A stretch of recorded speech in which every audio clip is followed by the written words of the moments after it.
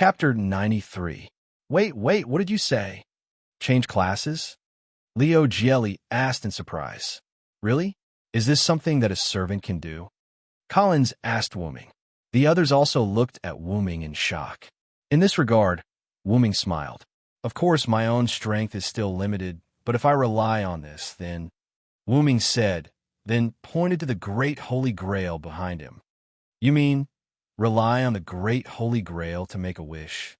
But the great Holy Grail has now been made a wish by Shiro Amakusa. Leo Gielli was very puzzled. Although the great Holy Grail has been made a wish by Shiro Amakusa, don't forget that this great Holy Grail was directly taken away by Danica in the middle of the Third Holy Grail War 60 years ago. In other words, the great Holy Grail has stored 120 years of magic.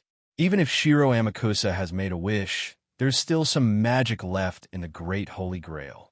With the command seal provided by Master, it is enough for me to change classes. Wuming explained. Then what class do you want to change? Karen asked the question that everyone wanted to ask. Wuming smiled mysteriously and said, of course it's the caster class. But even if you're a Villo of the Knights of the Round Table, I remember that Villo only knows some small magic. That should not be enough to deal with the current situation, right? Leo Gielli asked.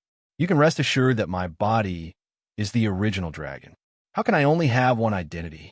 Everyone then remembered that Wuming had previously said that he had many experiences in other worlds.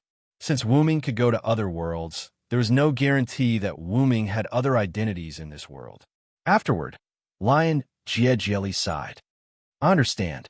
Then I will use the command change class as the command and use the command seal. After a while, the ruins around the Great Holy Grail were cleared by the party.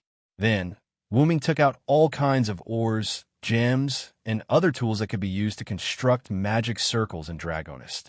He melted them with his mana and began to draw a summoning circle in front of the Great Holy Grail. After all, changing classes was something inconceivable for a servant, so he had to be cautious. That was why Wuming used the summoning circle. After Wuming finished his preparations, he stood in the center of the magic array. Let's begin, Master, Wuming said to Gielli. Yes. Everyone stood not far away from the lion's realm of calamity, watching this unbelievable scene with rapt attention. Gielli the lion raised his hand that held Wuming's command seal. At the cost of all command incantations, my servant Sodric, change your class. After Lion Jia finished speaking, the command incantation in his hand emitted a red light and disappeared. Wuming felt the power of the command incantation and began to make a wish. Great Holy Grail, fulfill my wish and let me change my class. In an instant, the Great Holy Grail began to shine. The magic lines around the magic array where Wuming stood also began to shine. The light became brighter and brighter. Everyone began to be unable to bear it and raised their hands to cover their eyes. After about 10 seconds, the light began to weaken. Everyone once again looked at the place where Wuming stood. Wuming was wearing a white robe. His originally black hair had turned golden. He held an ancient book of unknown origins in his hand.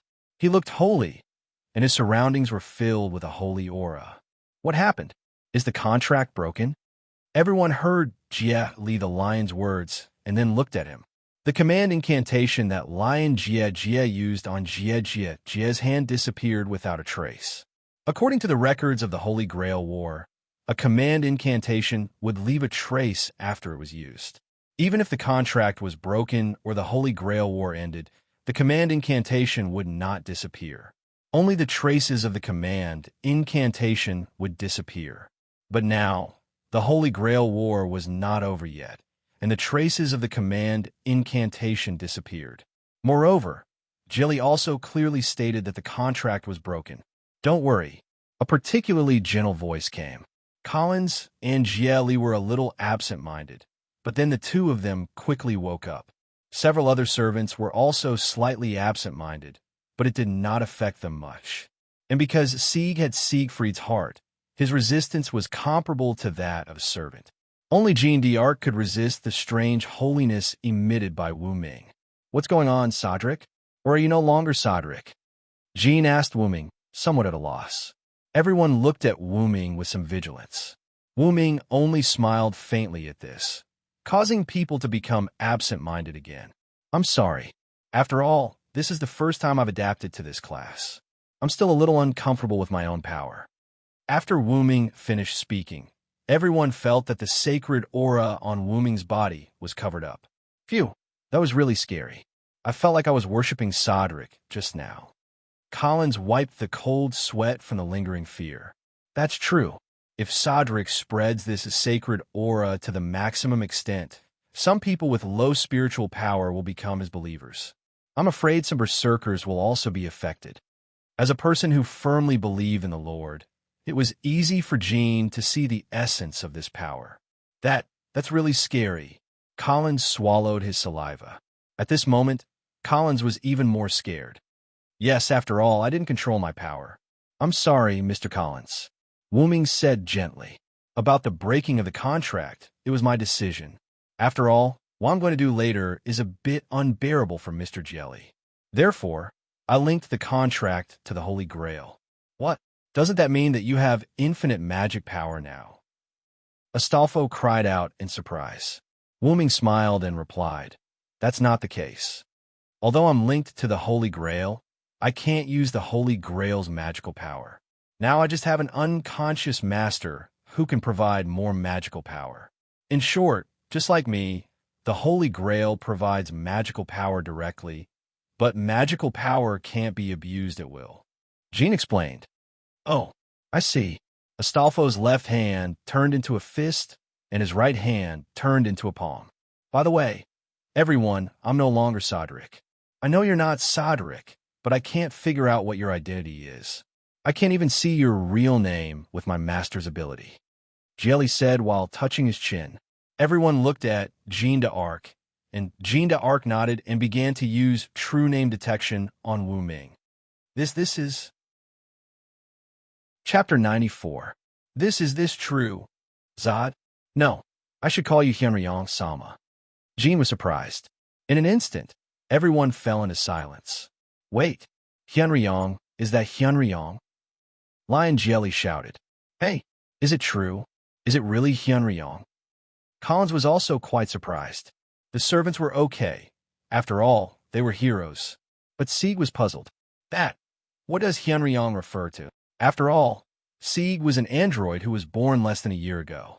Even if he had Siegfried's heart, he was still an android who was less than a year old. Let me tell you, Astolfo raised his hand. When it comes to Hyunryong, he is the guardian of the ancient Babylonian city of Uruk. After all, no matter in the mythology of any other country or race, there is no character who could be called the Sage Dragon.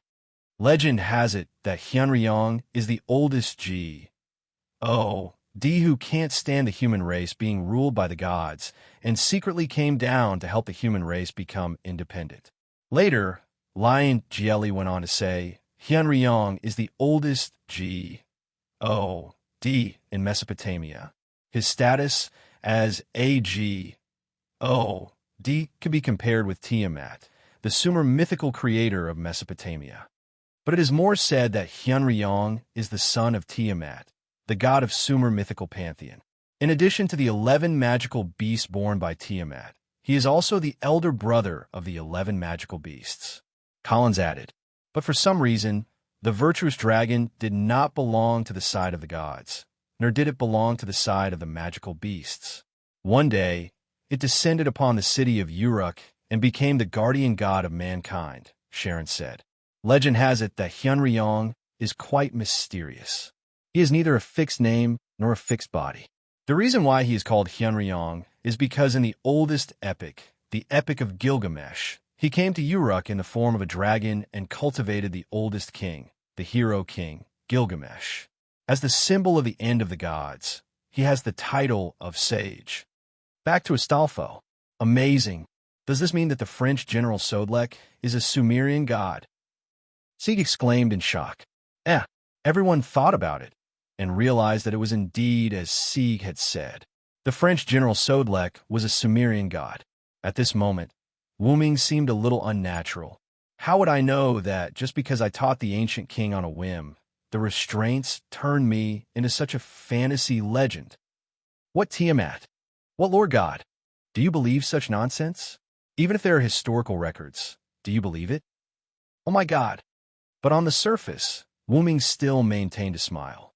But reality proved that the two restraints once again created an invincible identity for Wu Ming. Although the origin dragon would become as invincible as the legends said after reaching adulthood, Wu Ming was still quite a distance away from adulthood. For now, Wu Ming only had a strong life force and powerful support-type talents. There was still a long way to go before he could reach the level of the god of creation, Tiamat. Ahem. All right, everyone, don't get so worked up. After all, I'm a special dragon who can freely roam through all eras. It's not a problem to have more legends. Also, when I'm a character, I can't use powers outside of the norm. Otherwise, that era will instantly reject me. Also, just continue to call me Sodlek. After all, as Hyunryong, I don't have a real name. Everyone understood. After all, in the historical records, there was indeed no mention of Hyunryong. There was only the name Hyunryong. After everyone calmed down, only Jean seemed to be unable to let go of something. She seemed to be thinking about something. But because time was tight, Jean didn't intend to ask anything here. Of course, Wu Ming also realized it.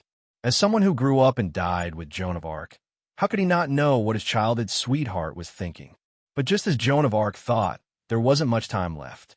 Wu Ming flipped through the uninscribed incantation book in his hand, and large amounts of unknown magic appeared on the Great Holy Grail. Now, almost half of the Great Holy Grail had sunk into the ground. So, I'm going to take the exam, Wu Ming said. Everyone was a little surprised. They thought that Wu Ming had already started. In fact, they weren't wrong. Wu Ming had indeed started, but after becoming caster, he became interested in the Great Holy Grail. Of course, it wasn't a wish, but an interest in the third method. Therefore, Wu Ming decided, ancient and eternal primordial dragon, show yourself and save the world once more. As soon as his voice fell, a large amount of magic began to gather from the Great Holy Grail into Wu Ming's body. Then, Wu Ming's noble artifact began to appear. Heaven H.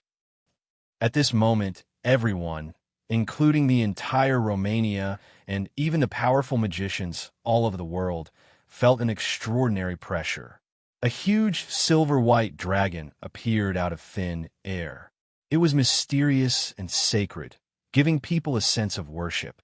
Lion Jie, Li, and Cowles had already knelt down and were mumbling to themselves. Sieg struggled, his legs bent. Because of Sieg's heart, he was not like Leo, Gielli, and Collins. Astolfo supported Sieg on the side, although he was also uncomfortable. Even with the enhancement of the noble relic, the white dragon was still able to affect Astolfo. The other servants were the same.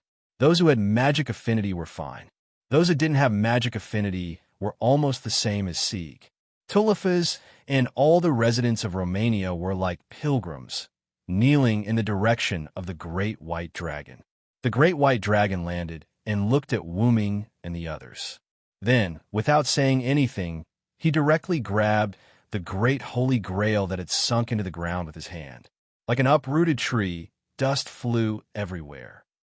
Then the great white dragon grabbed the spherical great holy grail with one claw and flew into the sky.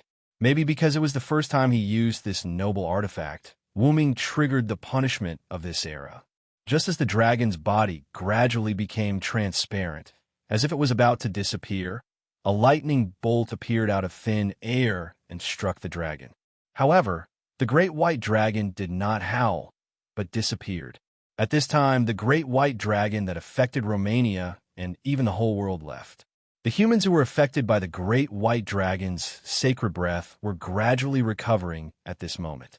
When Leo, Gielli, and Collins came back to their senses, they saw a group of extremely weak servants, including Wu Ming. Just now, that was... Collins stuttered. Wu Ming gasped and replied, "That was my original body, the original dragon at the root." Yes, one of Wu Ming's noble artifacts as a caster was to summon his original body. After all, Wu-Ming was now using a body purely composed of magic. Wu-Ming summoned his original body that was sleeping in the root. At the moment when the Great White Dragon appeared, the Great White Dragon and Wu-Ming had the same thought. Just like Wu-Ming was controlling the Great White Dragon, or the Great White Dragon was controlling Wu-Ming, the two were the same person.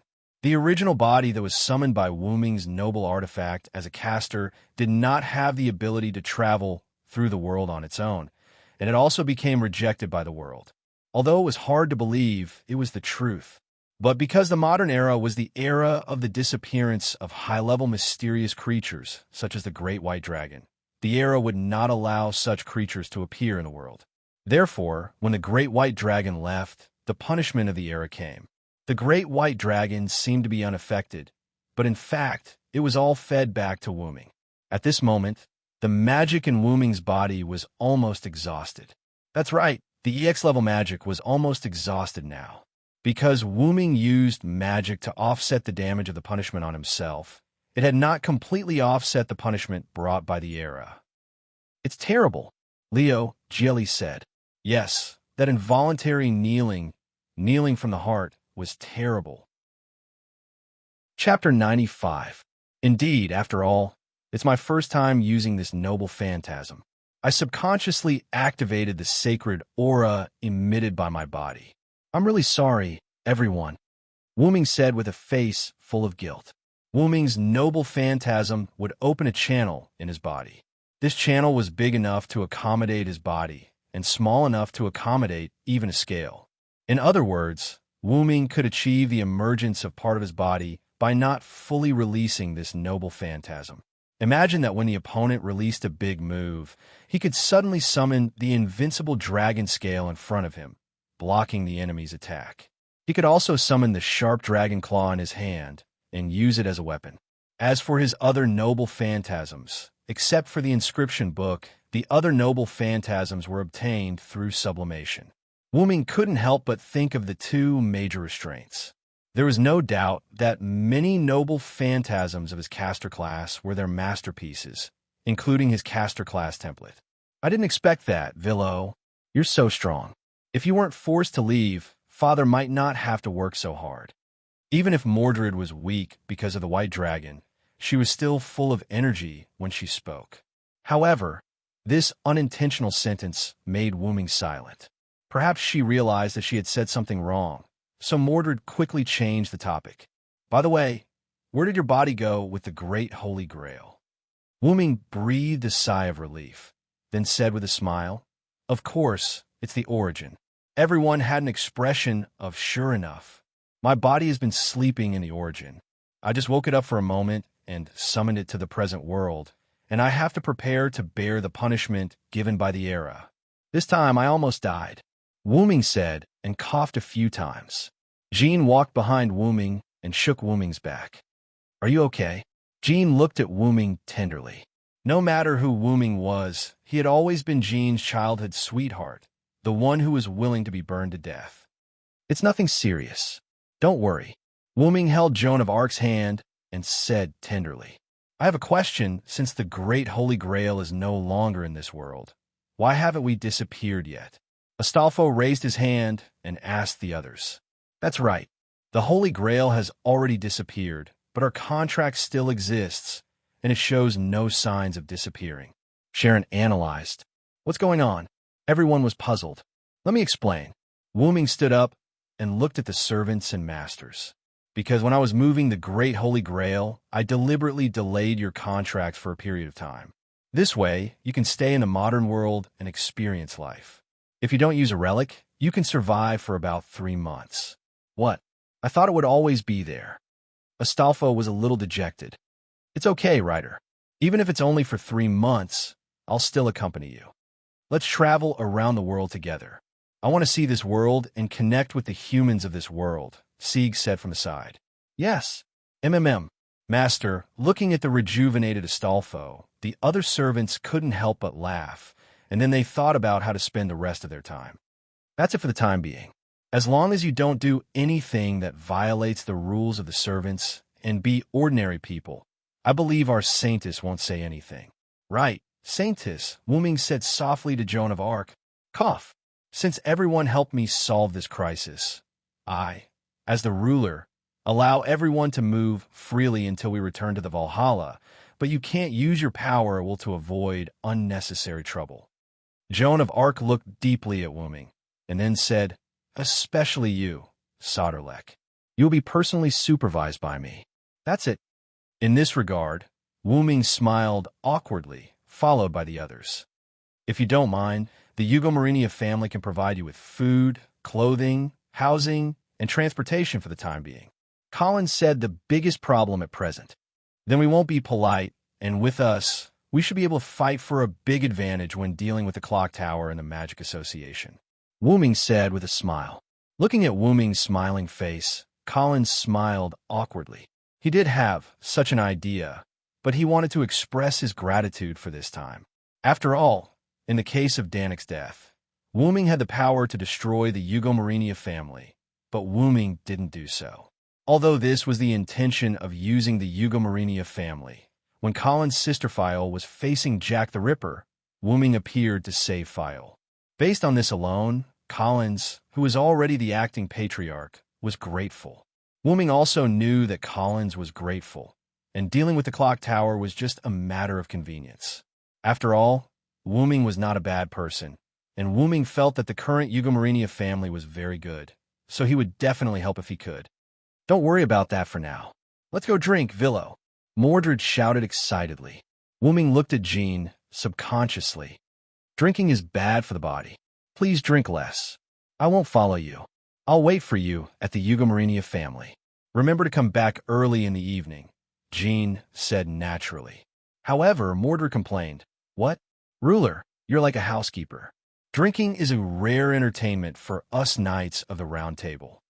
As if thinking of something, Mordred said again, "By the way, it seems that because you took the soldiers to drink secretly, you were often taught a lesson by father and others." Looking at the bright smile on Mordred's face, Wooming smiled and said, "If I didn't take the soldiers to drink, how could a lonely guy like you live so comfortably?" Then Gielli complained, "I knew it. I didn't know that the rebellious knight liked to drink. So it was you who taught him. Really, my wallet has shrunk a lot recently." "Ha ha, it doesn't matter. Anyway, your money is useless. You might as well spend it." Mordred laughed and patted Gielli's back. It's going to break." Wooming recalled the past at this moment with a nostalgic look on his face. It was because of those who passed away that Wooming was able to grow. Moreover, Wooming looked at Jean, and Jean also looked at Wooming. The two looked at each other and smiled. Looking at the slowly rising sun, Wooming said to the group behind him, "Let's go, everyone." Chapter 96. Because of the mysterious arrival, nearly 3 months had passed since the world was in turmoil. From that day on, Wooming accompanied Collins to the Time Tower. Because Wooming didn't deliberately hide his power, he deliberately released a trace of his power, causing a sensation in the Time Tower. After all, he was a top heroic spirit that could cause a higher level of mystery to descend. Not only did the 12 monarchs of the Time Tower appear together, but even the Marshal of the Demon Path, Kitilik Shobin Ogu, invited Wooming to his office and had a secret conversation with only the two of them. After almost an hour of secret conversation, Kishua Zelrich Subian Ogu indicated that as long as Cowles, the head of the family, could become a student of the Clock Tower, it could offset the crime of the Marinia family. Of course, Wooming also gave Kitilik Shobin Ogu something special, which made the Time Tower and the Magic Association not dissatisfied with forgiving the Marinia family so easily. Wooming's evaluation of him, a cunning old fox. At that time, Zelik said, "After all, Hyunryong Sama gave me a good gift, so let's leave it at that for the time being." Wooming was speechless. He dared to say that the gift to the Magic Association was his own. In fact, no one would dare to say anything even if that was the case. Kitty Zelik, Shobin, Ogu was beyond human standards. On this day, 3 months later, in a villa provided by Yugomyrenia in France for Wooming. Wooming sat on a stone in the yard with his hands on his knees and meditated for a long time. First, Wooming's former saber rank limited the progress of meditation. Second, The body of a servant was not suitable for cultivation. After all, this was a degraded version of a heroic spirit. Its attributes were fixed, and even if it cultivated, it would not increase in the slightest. But for Wu Ming, there was a benefit. After Wu Ming summoned his main body, Wu Ming found that his main body had an indescribable feeling.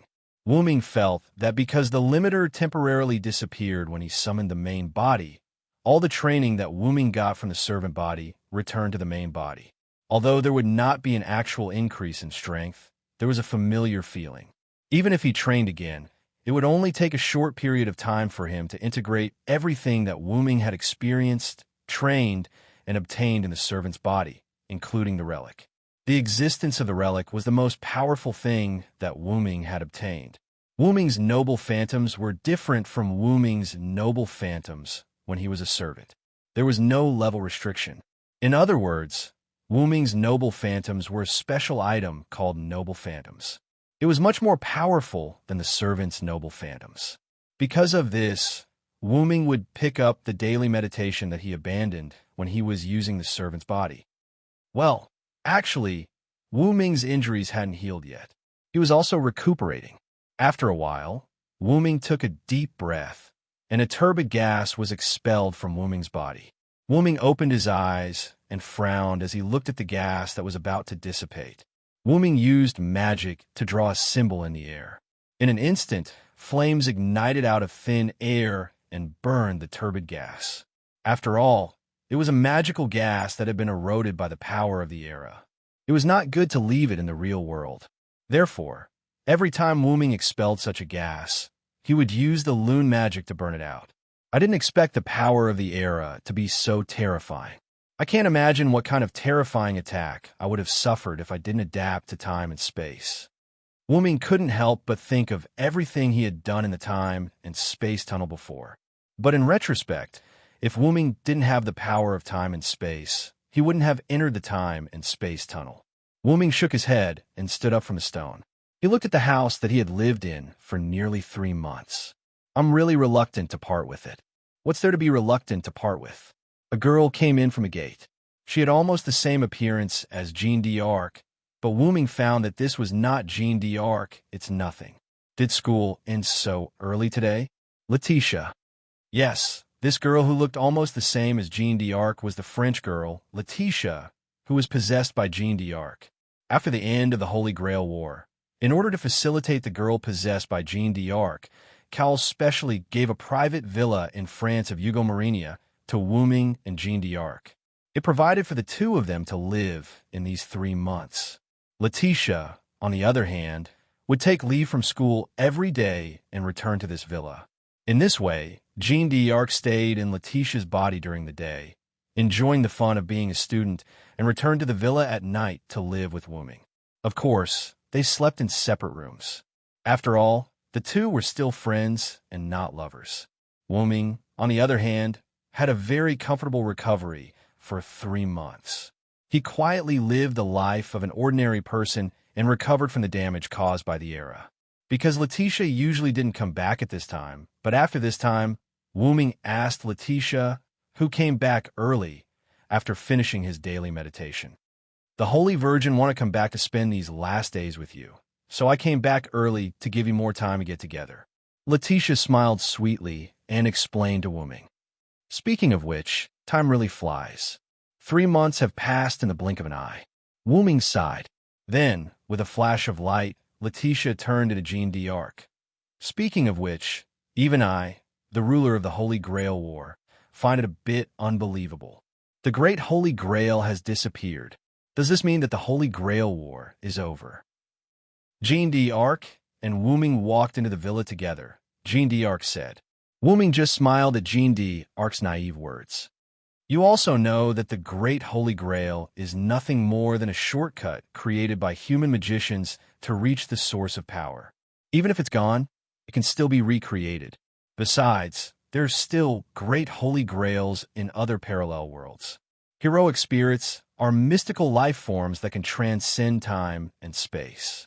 Even if this world no longer has a Holy Grail War, there will still be one in other worlds. We will appear again. Wu-ming also knew that Jean d'Arc was just simply looking forward to it.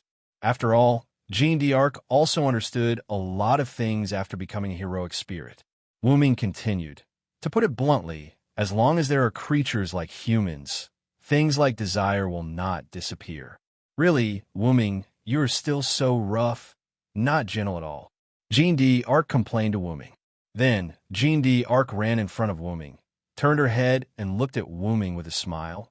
"Then, let's enjoy these last moments, Cedric." After saying that, she walked to the kitchen and began to cook. Really, what can a village girl like you cook? Although he complained like this, Wu-ming was still looking forward to it. Chapter 97. The next day, the servants that the Magic Association was afraid of disappeared collectively on this day. After all, this kind of uncontrollable power was still very feared by some of the higher-ups of the Magic Association. Early in the morning, Wu-ming and Jean sat at the dining table, eating breakfast made by Letitia. Because Joan of Arc once messed up breakfast, Letitia had no choice but to make it. Jean looked at Wu-ming, who had been smiling, and said with a red face, "Really, I wasn't familiar with the kitchen at that time. It was an accident." However, Wu-ming said with a happy face, "Yes, yes." Later, breakfast ended with Wu-ming's happy and Jean's complaints. After breakfast, Wu-ming didn't meditate, and Jean didn't go to school. The two walked slowly on the road, looking at the scenery that they were already familiar with. After a while, Jean said, "Hey, Cedric, will we have a chance to meet again in the future?" Wu-ming didn't think and said directly, "Yes." "Huh? Why are you so sure?" Jean was surprised. "That's because you haven't replied to me yet. I'll keep waiting," Wu-ming said half-jokingly. "Really? You're not serious again?" Jean's cheeks were red, and she quickened her pace. In fact, Wu-ming was also telling the truth. After all, Wu-ming was not dead. Although Jean was already in the Hall of Valhalla, it shouldn't be a problem for Wu-ming to summon a Valhalla, probably. Wu-ming quickly caught up with Jean and began a different kind of last time. Finally, Wu-ming and Jean stood on a high ground, looking at the scenery in the distance. As if it was time, Jean turned and looked at Wu-ming. Then, "I'll go first, Wu-ming." "Well, see you next time, Jean." In the end, Wu-ming told Jean his real name. Jean's body emitted a light, and as a gust of wind blew, the light dissipated. Letitia appeared on the spot and looked at her hands in disbelief. Then, Letitia looked at Wu-ming in embarrassment. That, Lord Hyunryong. Looking at the blushing Letitia, Wu-ming gently said, "Letitia, you've lived together for so long. Are you still afraid of strangers?" Letitia blushed even more after being exposed by Wu-ming. No, As expected, Cedric, you're still as wicked as ever." As she spoke, Letitia kissed Wu-ming's cheek under Wu-ming's shocked gaze. Then, she quickly ran away. Wu-ming was at a loss as he watched Letitia run away. When he came back to his senses, he touched the cheek that was kissed and said helplessly, "This is really—" Sigh, Wu-ming sighed. Wu-ming guessed that when Letitia and Jean shared the same body, she often dreamed of Jean's dream, and gradually their feelings were assimilated. Then, Wu-ming shook his head, opened his mouth, and chanted a spell. Wu-ming disappeared on the spot. A moment later, London, England clock tower. Outside a room located at the highest point of the clock tower, a black-red ripple appeared. Wu-ming walked out. Wu-ming had a smile on his face. He wore a white robe, and his short blonde hair was overflowing with a holy aura. Wu-ming knocked on the door of the room. "Knock, knock, come in." Wu-ming pushed the door open and entered. What he saw was a strong old man with red eyes, white hair, and a short white beard sitting in the dark room. "Oh, it's the virtuous dragon. Have the other servants returned to their seats?" Demonic Marshal Kid He Zelrich Subian Augustus asked. Wu-ming elegantly sat on the sofa, picked up the tea that had been prepared on the table, and took a sip. "Of course, I provided them with magic power and contract for only 3 months. Once the contract is broken, unless the servant's master is a true ancestor like you, it is impossible for them to continue to stay in the modern world." That's right. As the leader of the highest level of the Magic Association, The demonic path Marshal Quechua Zelrich Subian Augustus was a true ancestor. Ha ha, that's all in the past. Who told me to lose to Zhuyu? Zelik said with a laugh, not angry because of Wu Ming's words. Zhuyu, everyone's Zhuyu Brunstad. She is the Moon King, equivalent to the Moon suppression power. Zhuyu is the first and strongest true ancestor in the world of the Moon, so she was the origin of true ancestors and death apostles. Although Zelrich claimed that he had lost to the ancestor Zhuyu, the truth was that the two of them were tied. Zhuyu's body was destroyed by Zelik, but before Zhuyu's body was destroyed by Zelik, she turned Zelik into a death apostle. Thus, Quechua Zelik Augustus became one of the 27 death apostles. However, the great Holy Grail did fall into your hands. Zelik narrowed his eyes and said with a smile. In response, Wu Ming laughed. That is the third method. Even I, who is called Hyunryong, can't help but want to study it. Yes, although the great Holy Grail was taken away by Wu Ming to the Origin, it was still under Wu Ming's protection and had not been assimilated by the Origin. Wu Ming wanted to use the power of the Origin to analyze the third method and then master this power. Wu Ming took another sip of tea, then looked at Zelik and asked, So, what do you want me to do? Quechua Zelik Augustus. During the hour of Wu Ming and Zelik's secret conversation, the two of them sparred in this narrow room. Zelik used a second spell, so the two of them did not destroy the room because of their sparring. Because neither of them used their full strength, Wu Ming barely won against Zelik by one move. As an old man who had lived for hundreds of years, the victory of the battle was not important. Zelik made a request in exchange for the right to bail out the Eugomarinia family. Of course, Wu Ming did not agree, but Zelik gave Wu Ming an auxiliary magic dress in exchange for a second spell, and after a moment of consideration, Wu Ming agreed. The premise was that it could not be something that was harmful to Wu Ming. Zelik said at that time, Even if I wanted to harm you, it is impossible. After all, you are the teacher of the ancient king, the descendant of Tiamat, the most mysterious dragon. But only Wu Ming himself knew that he was not strong enough to be compared to the creator of the Sumer pantheon, Tiamat. But after all, Zelik was the product of the second method in exchange, so Wu Ming had to think about it. After all, the 5 great spells of the shaped moon world were one of the most mysterious. As the second method was of the same origin as the third method, it would be of great help in analyzing the third method. Wu Ming asked Zelik to provide a magic dress with a powerful analysis ability. Zelik was a little puzzled. Even if it was a magic dress made by the second method, it should not be of much use to someone of Wu Ming's level. However, as a willful request of a partner, Zelik said that he had to add one more rule, which was that his request must be the first factor of action. Wu Ming said that as long as it was something he could do, he would try his best to do it as soon as possible.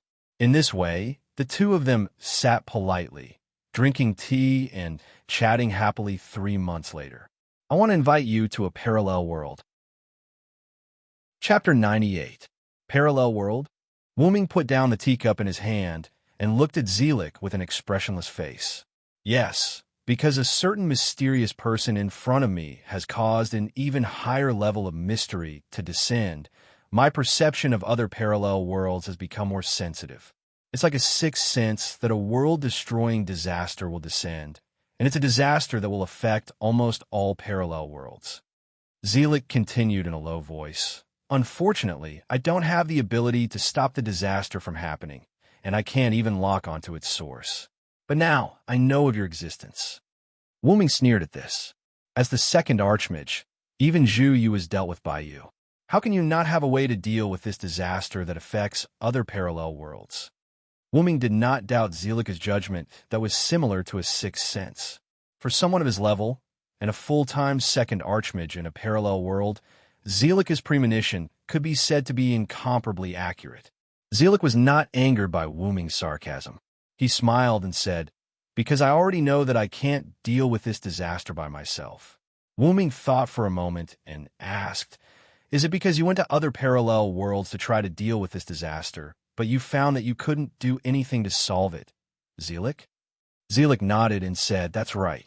I solved many things that I thought were the source of the disaster, but I found that my perception of other parallel worlds was still on the verge of destruction. So, I came to find you. As an additional servant in this Holy Grail war, not only did you follow the Red Team's saber and summon her on your own, you also had many different identities throughout history. If it wasn't for the fact that I've talked to some heroic spirits before, I would even suspect that you were the one who played almost every role in history.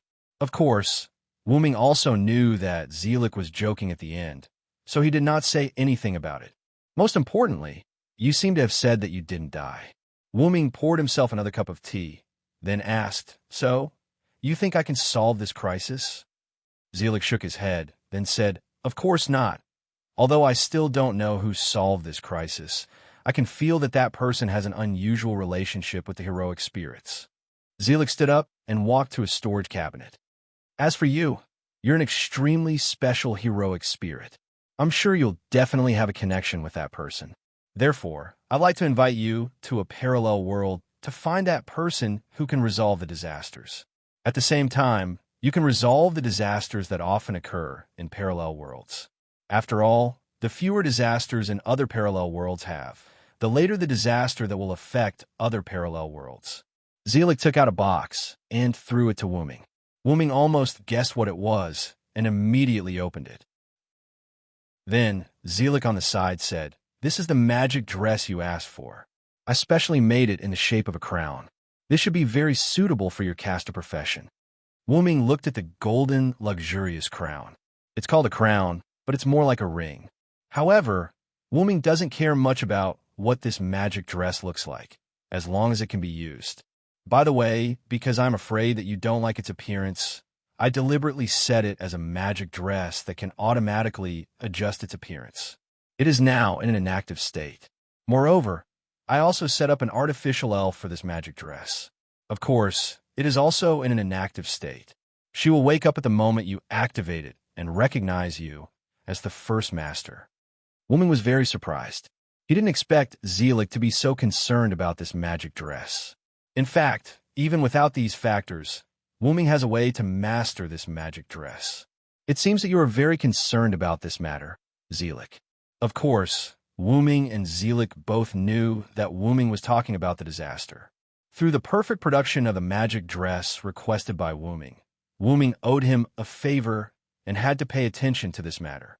After all, the matter of the Yugamarinea family and the magic attire added together was enough for Wuming to owe them a favor. Later, Wuming said to Zelik, "Regardless of whether this magic dress is good or bad, I will do my best to fulfill your request and block my name Wuming." Wumian. Zelik pronounced the pronunciation of this word, as if thinking about the origin of this name or related things. "I'm sorry, my name is indeed Wuming, but that's Chinese. It's a stranger name for you." After all, Wuming was once picked up by the old people of the Celestial Dynasty. Even if Wuming was not human, this did not diminish the name that accompanied Wuming from the beginning. "So, when will you send me there?" Wuming interrupted Zelik's contemplation. Zelik immediately replied, "I've decided to send you to the parallel world now. What do you think?" Wuming stood up and put the crown in his hand into the open golden ripple. "Then let's begin." Zelik began to cast the second spell. Looking at the speed of casting, it seemed that he had already guessed that Wuming would agree and had been gathering magic power. Just as Wuming was about to be covered by the second spell, Wuming said, "By the way, remember to take care of the people I know in this world." "You're asking for a lot."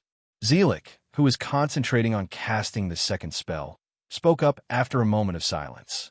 After all, this was transferring a high-ranked heroic spirit like Wuming, so Zelik had to be cautious. However, an accident still happened. The era had left a deep impact on Wuming. When he left this era, the era shifted to his destination. "Oh no!" Zelik was shocked. "Wumian, remember to look for me in that world. He'll help you." Before Zelik could finish, Wuming vanished. Zelik, who had traveled to parallel worlds many times, knew that this was a normal phenomenon when traveling to other parallel worlds. Heaving a long sigh, Zelik returned to his original seat. In the face of a fate that humans cannot resist, What kind of miracle can he create? Zelix said as he took a sip of the freshly brewed tea. I'm really looking forward to it. The clock tower detected that there were no abnormalities after the heroic spirits of the Holy Grail War disappeared. However, no one noticed that a different heroic spirit had left. The world returned to its peaceful state. On the other side, Wuming opened his eyes and saw a quiet forest. It was night now, and the forest was silent. It was so quiet that it was terrifying. That old man is really unreliable. Wuming complained and began his adventure in the new world. Or rather, he had embarked on the path to saving the world. Chapter 99. Wuming thought and walked in a random direction. After a while, Wuming saw a small town through the forest. As the name implied, the town was not large. It was the kind of town that could be seen at a glance. Moreover, Wuming also found a lot of magical power in the center of the town. Obviously, there was a small spiritual vein. Although it was not a lot for Wuming, it was likely to be a gathering place for a human family. Enchantments. Wuming clearly sensed that there were multiple enchantments in this town. Interesting. Wuming kept smiling and walked toward the seemingly ordinary town. Just when Wuming just walked to the edge of the town, a huge magical power erupted. A large amount of black mud, starting from the center of the town, continued to rotate and expand, like a storm of death, slowly sweeping the town. Wuming sensed that the magicians in the town were basically dead in this storm of death. At the same time, the barrier was also broken. At that moment, a strange power covered Wuming. Wuming looked in a certain direction with some surprise. Contract. Wuming frowned, then began to move quickly in the air. Several Lune runes representing suppression appeared, and with a lot of magical power from Wuming, a large number of Lune runes instantly covered the storm of death. In an instant, the black mud was suppressed and formed a black sphere. Black hole! As the spell was chanted, a hole similar to a black hole in the universe appeared, instantly sucking the black mud sphere and crushing it. Black hole was a new skill that Wuming learned from the uninscribed book when he left Nasaric. Because the uninscribed book was a magic book in Yggdrasil, World Tree. Although it was spread to the other world where Nazaric's underground tomb was located at that time, it also included Yggdrasil, World Tree, magic. No, it should be said that the magic of that other world and Yggdrasil's magic were the same system, so they could be used together. After all, the magic of Yggdrasil, World Tree, could be casually displayed. Wuming preferred to use the magic of Yggdrasil, World Tree, or rather, magic. But Lune magic had an extraordinary effect at certain times, just like the Lune rune combination used to suppress the black mud. Although Yggdrasil's magic was convenient, it was a game after all.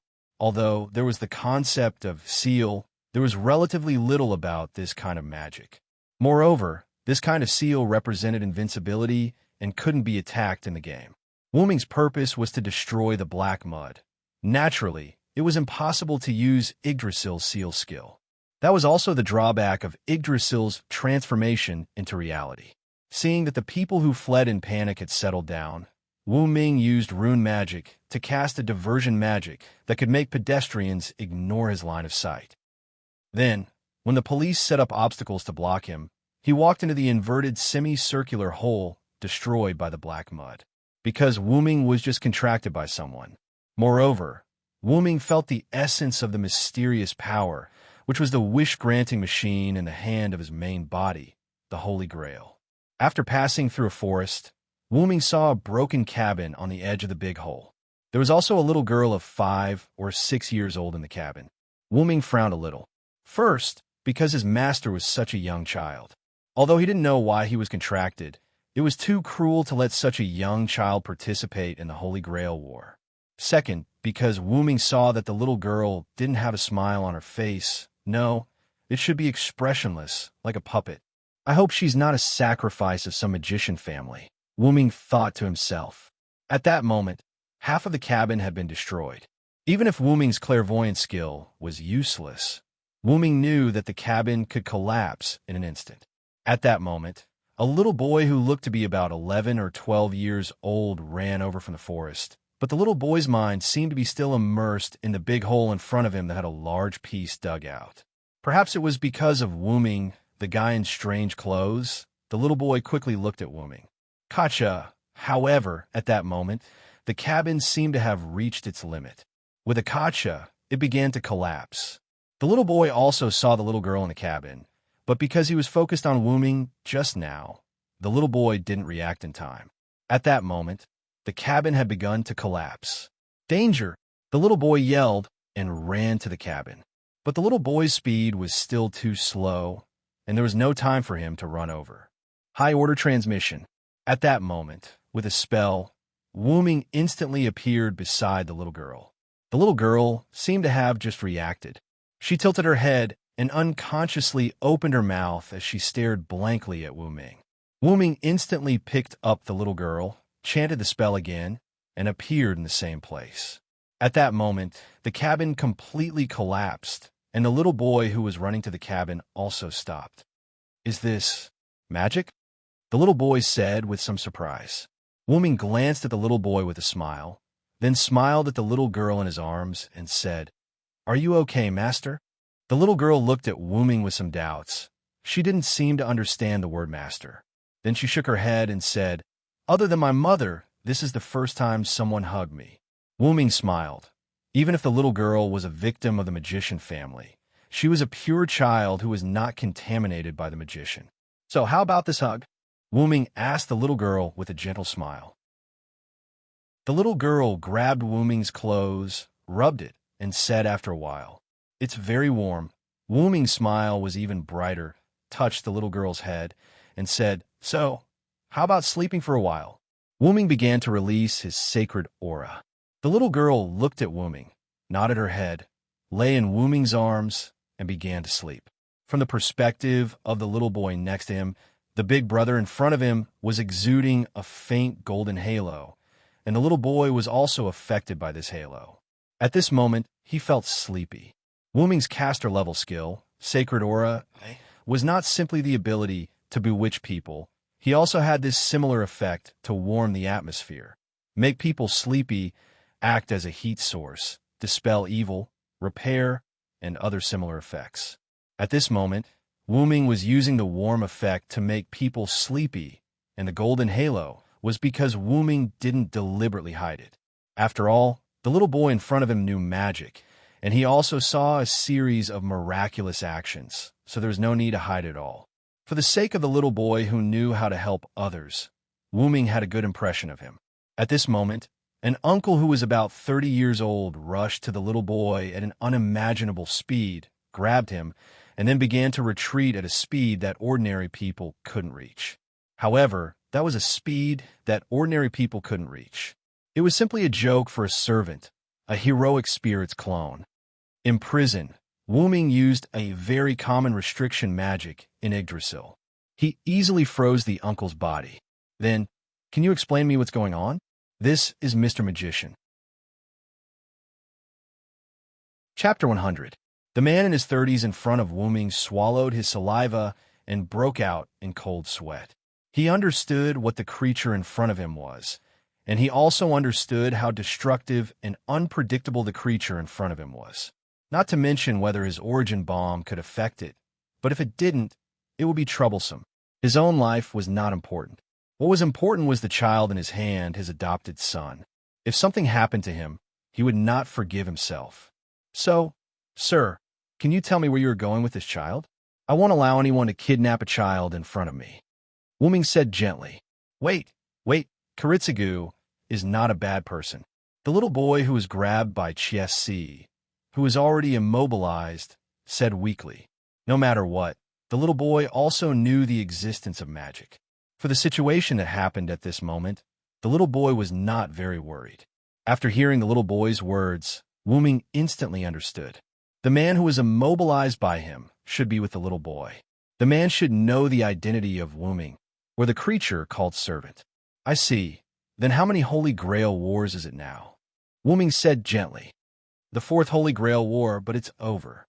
The man looked at Wooming cautiously and suspiciously. Wooming also knew what he was wondering. The Holy Grail war was over, but his servant still existed, so he had to be cautious. So that's how it is. I was too rash. I apologize to all of you here, Wuming said, and lifted the immobilizing spell on the man. The man breathed a sigh of relief, then looked at Wuming and the little girl in his arms, and then took the little boy to the remaining house near the big hole. It seemed that he wanted to collect information. Wuming didn't care about the impolite man. Wuming pointed on the ground, and a simple house appeared there. Because Wuming had the power provided by Yggdrasil and Baba, he could slightly control the wood element. The main purpose of building this house was to give his little master a place to rest for a short time. Wuming took out a piece of cloth and put it on the wooden bed as a sheet. Then he settled his little master, took out another piece of cloth, and covered her body. Then Wuming snapped his fingers, and a warm atmosphere filled the room. Wuming looked at the cup-shaped seal in his little master's hand and sighed. Wuming almost guessed that his little master's family probably died in this disaster. When Wuming came to the big hole, he released his magical power. After exploring, except for his little master and the father and son, there were no other humanoid life forms nearby. Wuming left the room and gently closed the door. Then Wuming gently jumped on the roof and sat down. Wuming knew that the father and son just now would definitely come to him again. Wuming didn't believe that the magician would come to this town that just suffered a disaster. In this way, Wuming began to meditate. On the other side, Amiya Kiritsugu and Shiro Amiya, the father and son Wuming, met just now. At this moment, they were investigating the magician's family. I see, this is the godchild, the Shitsuki family's secret. The uncle Amiya Kiritsugu looked at the ancient document in his hand with slight excitement. It was written that the Shitsuki family's girl was a natural holy grail after birth, able to fulfill wishes without any cost. This power would only disappear when the girl grew to the age of 7. This kind of girl was called the godchild. Godchild would subconsciously fulfill the wishes of the people around her. In order to not let the children of the Shitsuki family be overwhelmed by these wishes, every time a girl of the Shitsuki family was born, the Shitsuki family would set up a barrier for the godchild. In the barrier, no one except the mother could enter. Godchild would stay in the barrier until she was 7 years old. After that, the godchild's power would disappear. Only then would she be allowed to come out of the barrier. In this case, the girl would explain the disappearance of 7 years on the grounds of treating a disease or being adopted by a relative. Kiritsugu, it says here, this generation's godchild. If the wish machine wants to fulfill the wish of saving the world, her soul will be imprisoned by the world forever. Shiro Amiya was a little surprised. After all, the soul would be imprisoned by the world forever. He really couldn't imagine how painful it would be. Ah, yes. Amiya Kiritsugu held his head and said, "We know the way to save the world, but we didn't use the godchild's method, and we couldn't even find the godchild." Shiro Amiya looked at Amiya Kiritsugu with some surprise, as if wondering why he could say such a thing. Yes. Amiya Kiritsugu raised his head and looked at Shiro Amiya as if he had found target. Shiro, the little girl next to the servant, must be the godchild. Shiro Amiya was puzzled. Kiritsugu, what do you mean? Find it, negotiate with it, and first find out what its real name is. Amiya Kiritsugu stood up and walked out of the room. Shiro Amiya also put down the book and quickly ran out. Remember, Shiro, the servant is a degraded version of the heroic spirit. Every heroic spirit was once a hero. The so-called hero is the kind of guy who has no feelings of ordinary people. They are all tools of heroic beliefs. Except for the command curse, nothing can control them. Kiritsugu looked at the wooden house that appeared out of thin air and continued to say to Shiro Amiya, "From the series of actions just now, it can be seen that he is the kind of servant with the order attribute who will not kill for no reason. Generally, as long as you don't touch their taboo, you will be fine." Shiro Amiya looked at Amiya Kiritsugu, looked at his somewhat scary eyes, and nodded. Wuming opened his eyes and looked at the father and son who came to this side and smiled. Then, Wuming, Amiya Kiritsugu, and Shiro Amiya exchanged names. Then, Wuming learned about the situation of his master from Amiya Kiritsugu. "Oh, godchild," Wuming thought. Amiya Kiritsugu and Shiro Amiya stood opposite Wuming. "Yes, In order to protect the last orphan of the Shitsuki family, we want to protect her. Even if you are a servant and have been instilled with the knowledge of this era, you can't better protect her in human society. How about we cooperate? Amiya Kiritsugu looked at Wuming with a blank expression. Wuming laughed. I'm sorry, I didn't mean to laugh at you.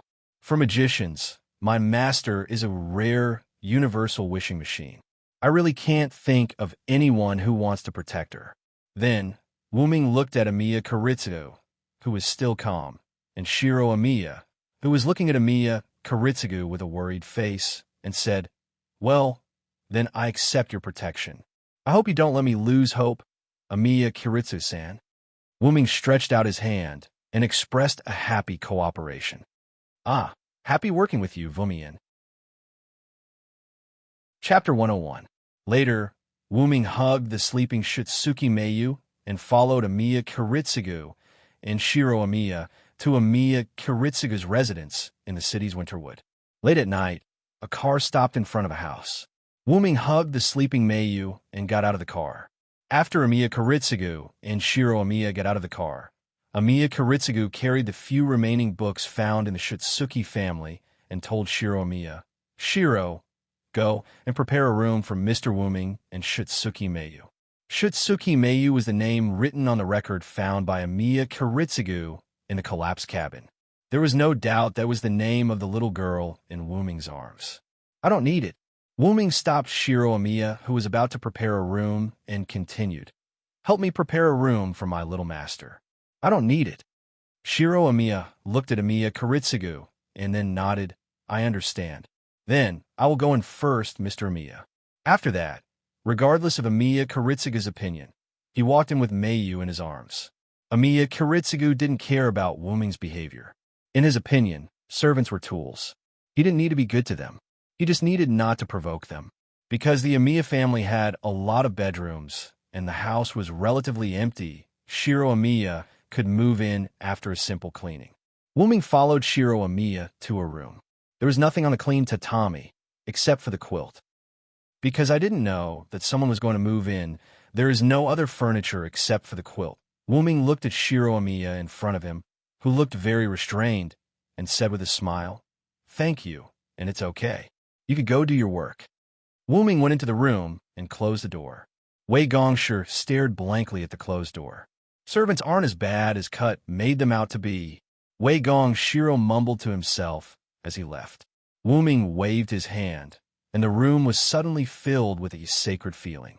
Wuming put Meiyu on the bed and covered Meiyu with a quilt.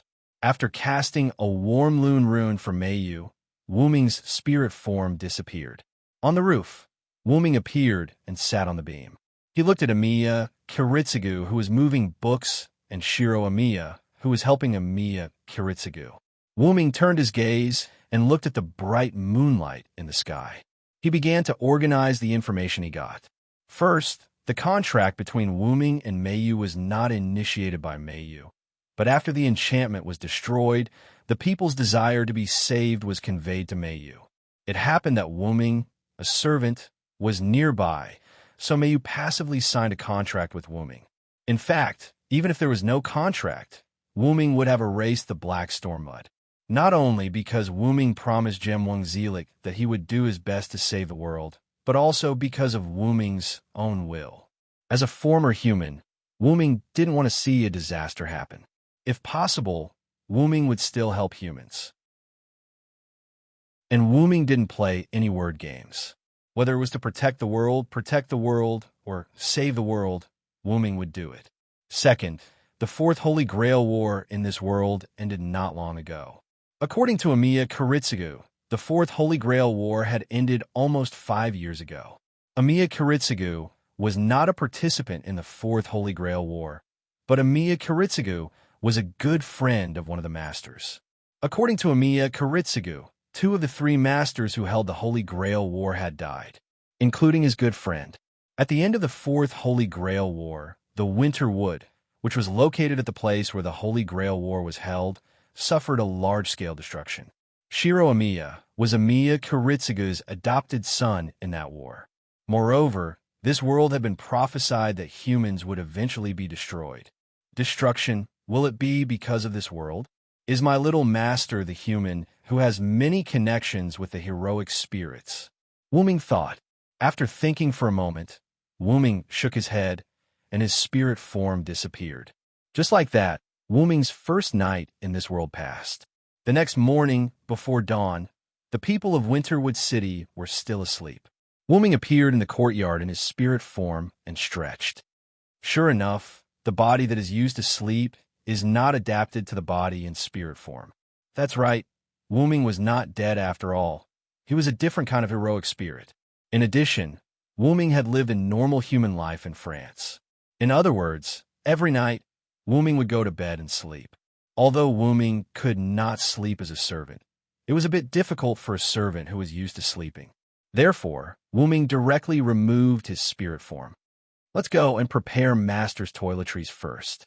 She probably hasn't woken up yet. With that, Wuming walked out of the Amiya mansion. A moment later, Wuming came back with a series of toiletries for young girls. Wuming walked to the door of the room that Shiro Amiya prepared for Mayu and stopped. It seems that children of this age can't take care of themselves. As he said that, Wuming walked in another direction.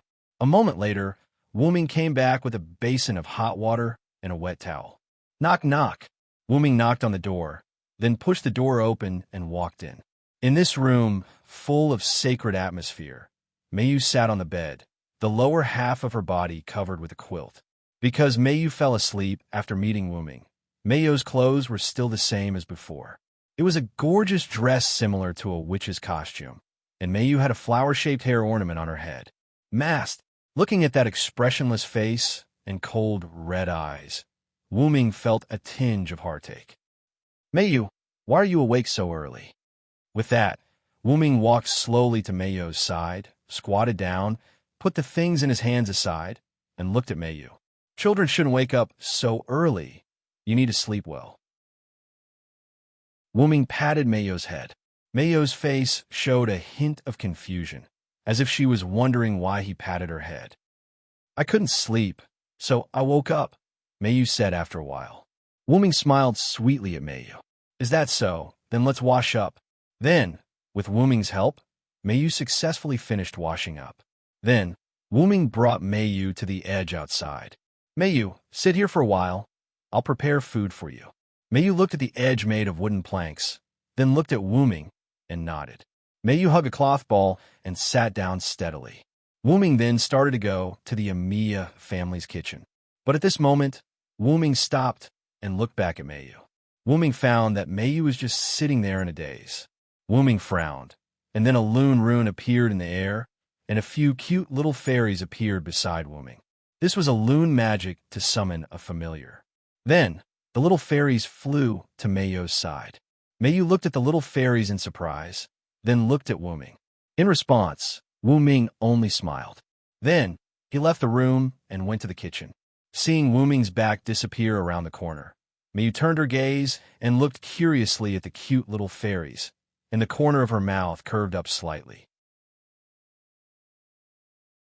Chapter 102. Well then, let me see what ingredients the Amiya family has. After that, Wuming didn't find anything. After all, it was a place where he didn't come often, so it was easy for the ingredients to go bad.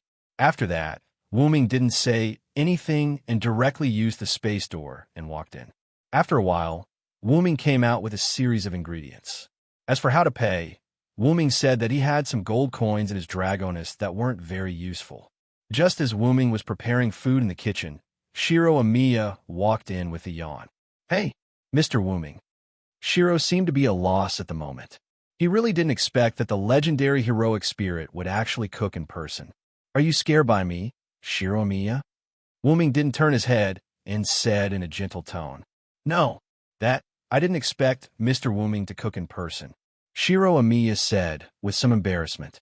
Wuming put the cooked food on the plate and said, Don't look at me like this. I'm also a teacher, and teachers are omnipotent. I see. Is Mr. Wuming a teacher? Who did Mr. Wuming teach? Shiro Amiya asked curiously. Wuming turned his head and looked at Shiro Amiya, and Shiro Amiya seemed to be aware of his own behavior. Inquiring about heroic spirits was equivalent to inquiring about their weaknesses. For those who became heroic spirits, their own death was sublimated by the legends, and thus became a weakness. Just like Wuming's previous saber class, Wuming might instantly return to the heroic spirit palace if he used a fire magic spell that was large enough to destroy a servant. Of course, to Wuming, this was just a respawn point. But Wuming was a caster at the moment, so Hyunryong wasn't dead, but Hyunryong wasn't needed anymore. Perhaps only a weapon that contained a large amount of human power would be able to harm Wuming. I'm the great sage who taught the Hero King, Wuming joked as he walked towards the door with a plate of food. Before he left, he added, "By the way, I left some ingredients for you and Mr. Amiya. You can use them directly." Shiro Amiya looked at Wuming's back as he left, and then looked at the ingredients on the stove. Mr. Wuming is not as difficult to get along with as Kiritsuga said. With that, Shiro Amiya began to prepare breakfast. On the other side, Wuming came to the edge and saw Mayu, who was sitting on the edge and playing with the elf. It was rare for Mayu to have a smile on her face. "Mayu!" Wuming shouted at Mayu. Mayu turned her head and looked at him with a puzzled face, and the smile on her face was gone. Sure enough, it will take a while for Mayu to grow into a normal child. "Mayu, come and taste the food I made." Wuming put a plate of exquisite food in front of Mayu. It was a plate of golden omelet rice. As a person who doesn't cook, it was basically impossible to make such a plate of omelet rice, whether it was color or fragrance. However, this was a world full of mysteries. Well, Wuming used magic and added his own sacred aura to this plate of omelet rice, so it looked like it was glowing. Looking at Mayu looking at the plate of omelet rice, but not eating, Wuming sighed. "Do you need me to feed you?" Wuming asked gently. Mayu thought for a moment and nodded. Wuming smiled helplessly and then picked up the plate of omelet rice. Wuming picked up the spoon and cut a hole in the egg skin of the omelet rice. The rice inside the egg skin instantly broke out, showing the golden rice grains. The rice grains were mixed with ham and vegetables, showing a different kind of beauty. Mayu looked at this scene, her eyes slightly widened. It can't be helped who told this guy to deliberately use magic as an auxiliary means to make it. Wuming scooped up a small spoonful of golden rice with meat and vegetables, gently blew on it, and handed it to Mayu. Mayu looked at Wuming, then looked at the spoon in front of her, and finally gently opened her mouth and ate the spoonful of rice. The moment the rice entered her mouth, Wuming could see some ripples in Mayu's eyes. Wuming smiled. Mayu slowly chewed the food in her mouth, and Wuming patiently waited. After a moment, Mayu swallowed the food in her mouth and said, "Delicious." Looking at Mayu's "I still want to eat" expression, Wuming's smile became more brilliant. "Eat more if it's delicious." Okay. Just like this, Wuming slowly fed Mayu the omelet rice spoon by spoon, and Mayu ate the food on the spoon that Wuming handed over. This meal took about half an hour. As for whether the omelet rice would get cold, Wuming said that the rice blessed by his skill would not get cold. Finally, Wuming put down the plate and spoon in his hand, and looked at Mayu who was still savoring the aftertaste. Coincidentally, there was a grain of rice hanging on the corner of Mayu's mouth. Wuming reached out to remove the grain of rice, but just as Wuming used a finger to pick up the rice, Mayu opened her mouth and ate the grain of rice. Wuming smiled awkwardly, because at this moment, his finger was still in Mayu's mouth. After pulling his finger out of Mayu's mouth, Wuming awkwardly looked at the finger that was covered with Mayu's saliva. "Wash it off." "Isn't that disdaining Mayu for being dirty? Don't wash it off? Then why do I keep this finger covered with saliva?" At this moment, Shiro Amiya came out from the corner. "Mr. Wuming, I prepared some miso soup for you and Shiryu." Shiro Amiya put 2 bowls of soup in front of Wuming and Mayu. "Thank you very much," Wuming politely said, and then began to drink. Mayu looked at Wuming pick up the miso soup and also picked it up. After Wuming finished drinking, he put down the bowl and commented, "Not bad. You really are a good seedling to be the court's husband." Shiro Amiya smiled awkwardly. After all, it was a joke, not a serious one.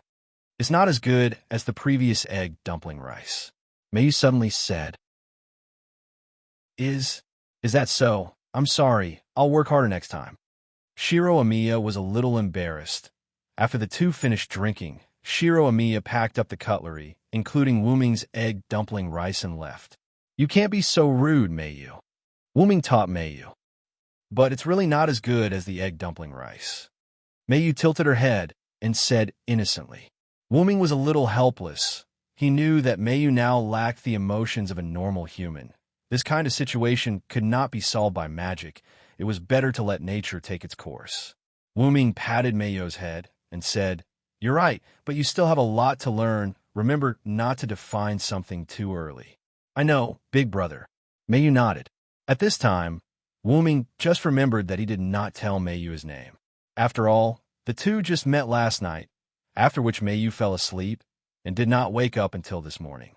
At this moment, Meiyu, who did not cry or make a fuss, was considered very good among her peers. "I'm sorry. It's my negligence not to tell you my name. My name is Wuming." "Wuming. My name is Shutsuki Meiyu." Nice to meet you." "Nice to meet you. Nice trip." Chapter 103. After breakfast, Wuming was going to take Meiyu out to buy some clothes. At the door, Amiya Kiritsugu came out of the house. "Where are you going to take it?"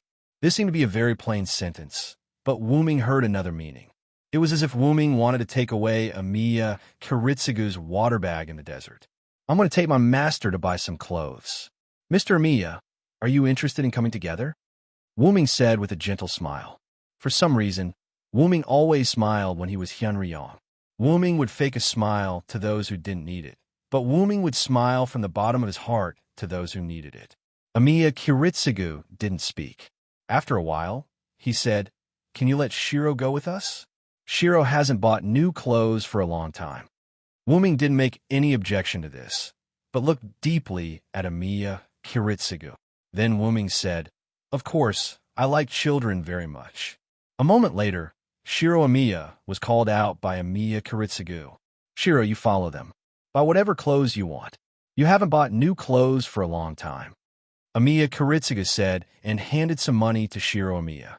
Shiro Amiya took the money and followed Wuming and Meiyu. After all, Wei Gongshi was wearing a new set of clothes that he had just bought. After Wuming left with Shutsuki Meiyu and Shiro Amiya, Amiya Kiritsugu lit a cigarette. Amiya Kiritsugu exhaled a long smoke. "Hero King, Hyunryong." Amiya Kiritsugu couldn't help but think of the words Shiro Amiya said when he sent him food. "Mr. Wuming just said that he is the Hero King's teacher." "Kiritsugu, do you know the Hero King?" Amiya Kiritsugu quickly finished a cigarette. "If it's really you, then it's really bad." After all, in the mythology, the reason why Hyunryong came to Uruk to teach the Hero King was because Hyunryong liked humans very much. And Wuming to Shutsuki Meiyu, who was a human and his master, would not allow Amiya Kiritsugu's wish. Suddenly, Amiya Kiritsugu knelt on the ground, covered his mouth with his hand, and coughed a few times. A few drops of red blood dripped to the ground. "Is it time?" Then Amiya Kiritsugu stood up and went back to the house. Wuming held Meiyu's hand, followed by Shiro Amiya. Looking at the scene that she had never seen before, Meiyu opened her eyes curiously. Wuming specially studied the magic barrier of the Shutsuki family from Meiyu. That is, to prevent the wishes of the world from reaching Meiyu's ears and causing pollution to Meiyu. Because he was a caster, Wuming's ability to analyze magic and other things was still very strong. However, Wuming did not analyze the barrier by himself, but used the gift given by Zelik. "Master, after testing, the magic barrier around Miss Meiyu is working well at the moment, and it is comparable to the magic barrier of the Shutsuki family." "Thank you for your hard work, Kalis." "You are too serious. Master, this is my pleasure." Wuming was wearing a translucent golden-green crown similar to a dragon's horn on his head at the moment. This crown was the high-level magic headwear that Zelik made for Wuming with the second method, golden green stone. Wuming couldn't help but recall that moment. After Wuming came to this world, he couldn't wait to use this magic dress. In the forest, after Wuming activated golden green stone, the original ordinary ring turned into a golden green crown similar to a dragon's horn, floating in front of Wuming. "Nice to meet you. Master, I am your special magic dress, golden greenstone, Collis Ballet. Listening to this emotionless female voice, Wuming felt a little uncomfortable. After all, Wuming hoped that the artificial elf in his magic dress could be more lively. After all, Wuming didn't think of using it as a prop, but as a partner. Nice to meet you. Can I call you Collis? Wuming walked and asked the dragon's horn floating in the air. This is your right, master.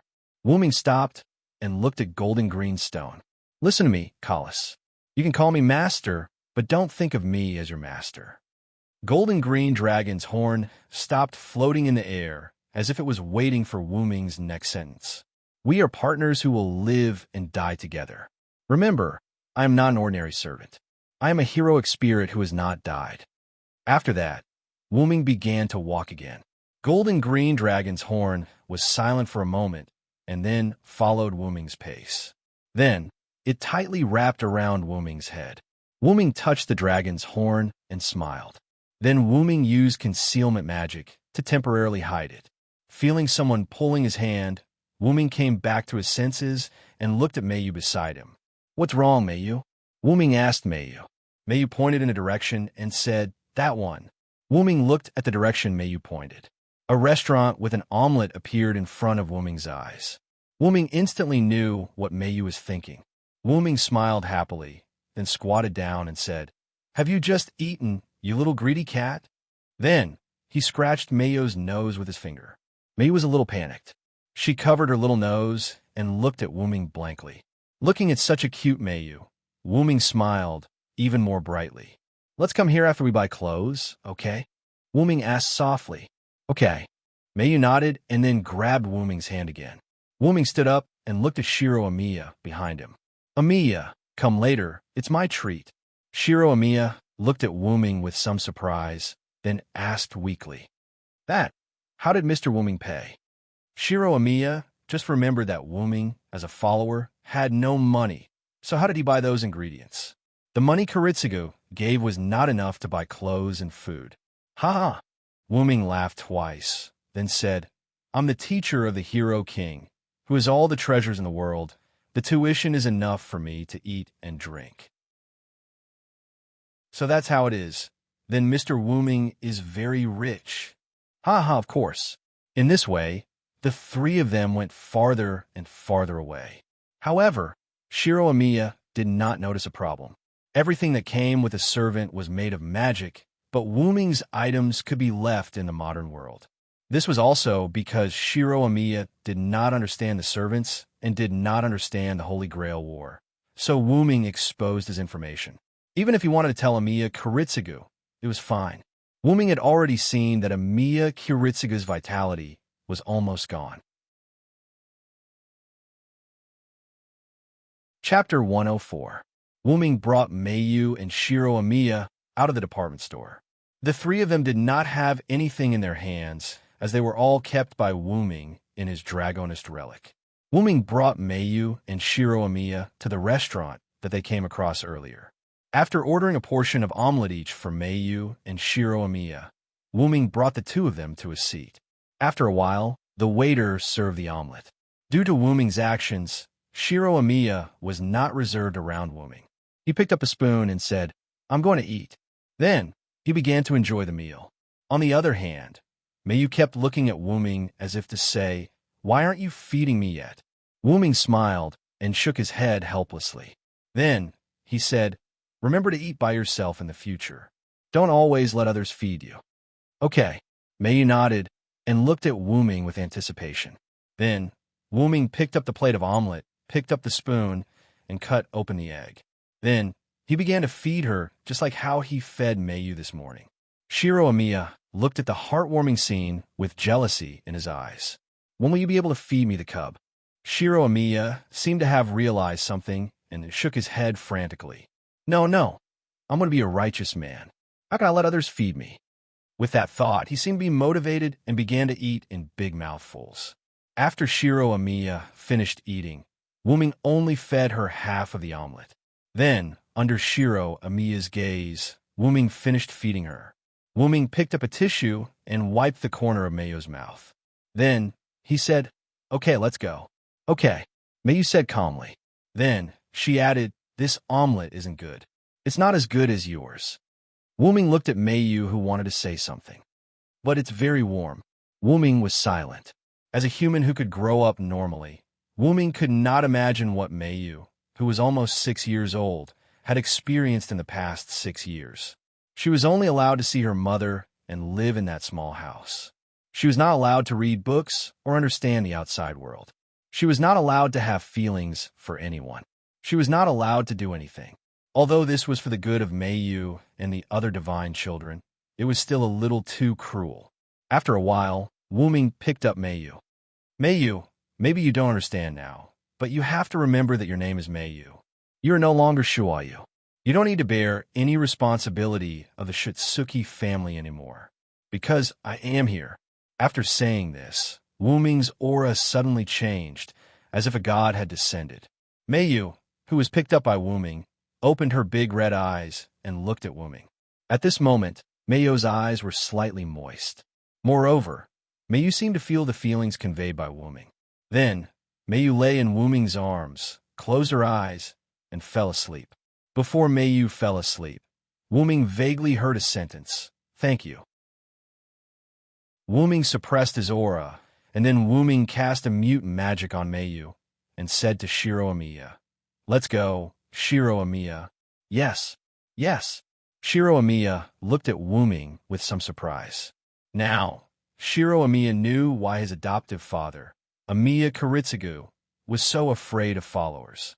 Soon, Wu-Ming carried the sleeping Mayu, followed by Shiro Amiya, and the three people returned to the Amiya mansion.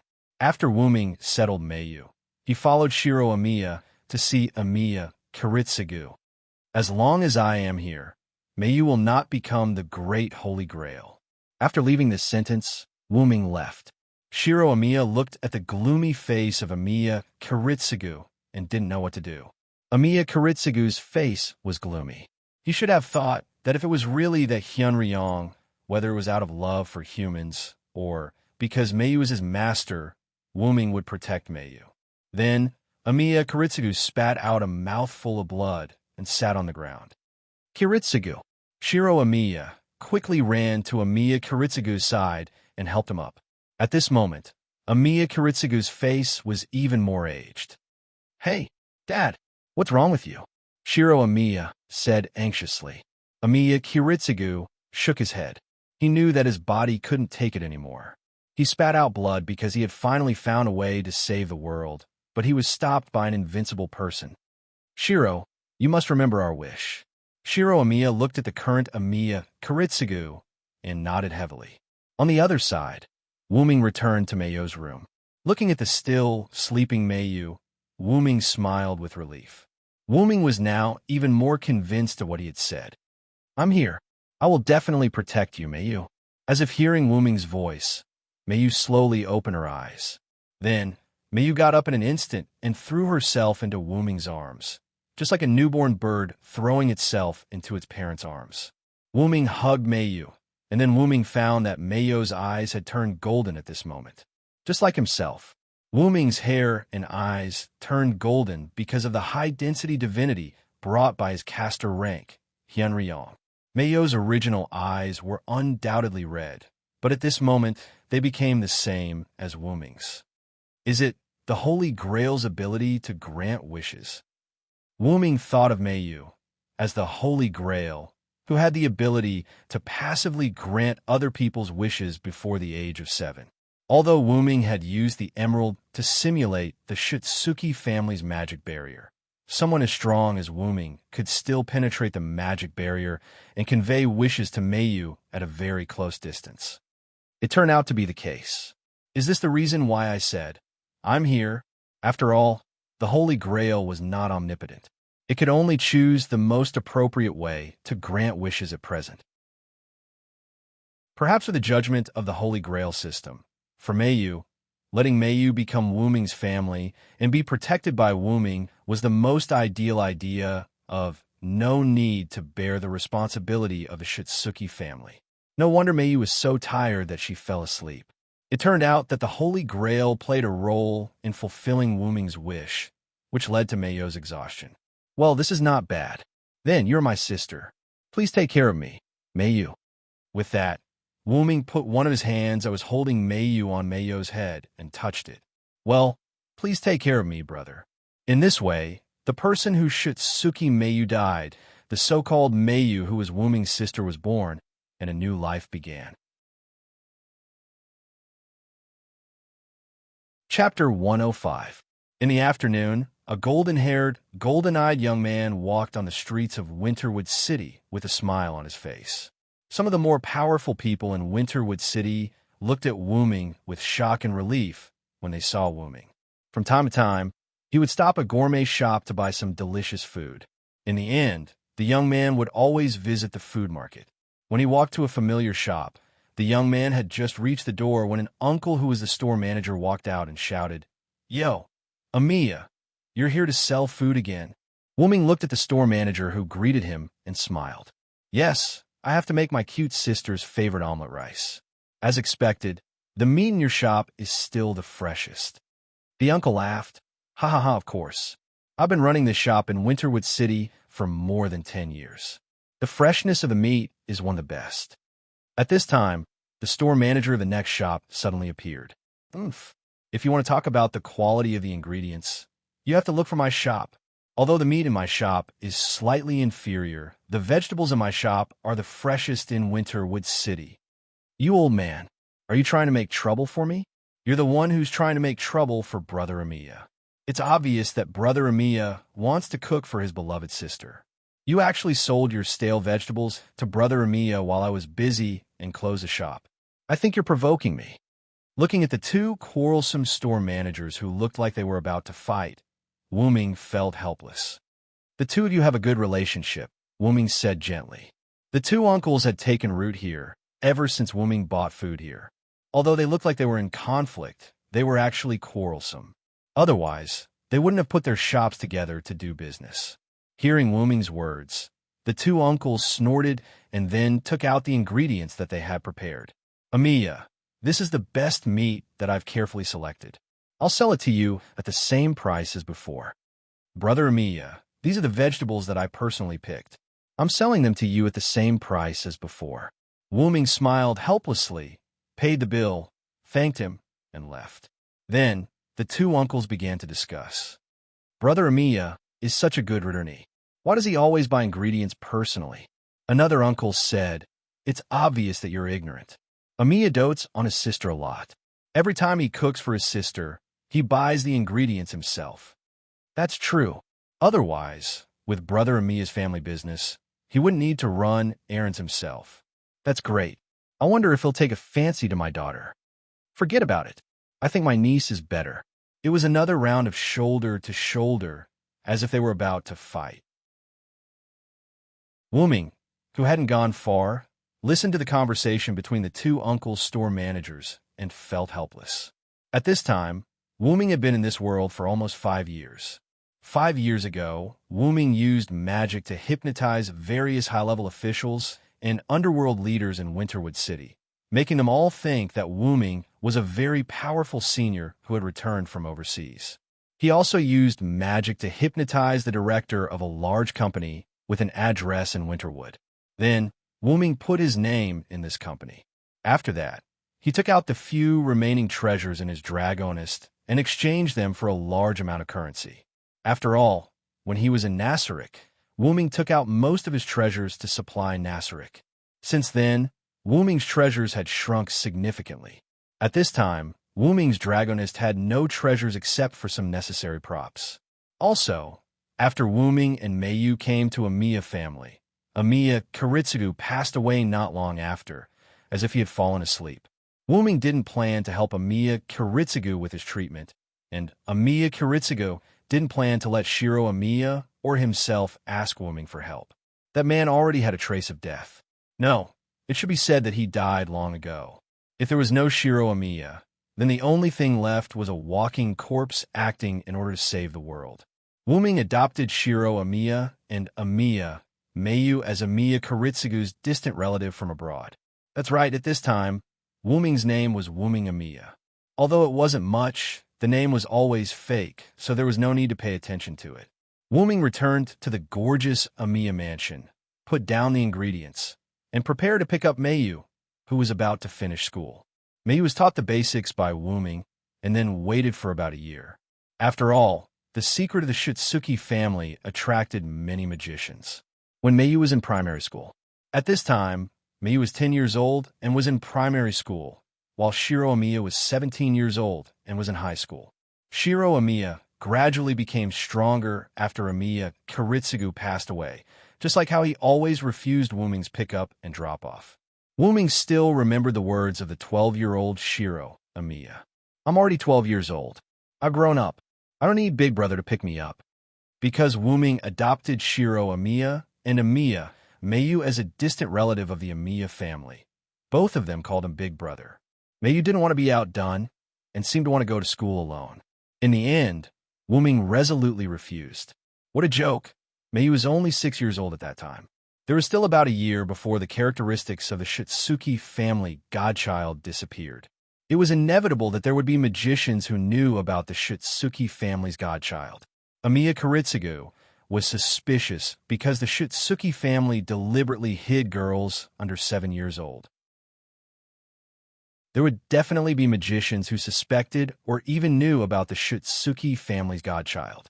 As for Meiyu's golden pupils, Wu-ming used a special kind of magic, similar to contact lenses, to turn Meiyu's golden pupils into a special color between orange and pale gold.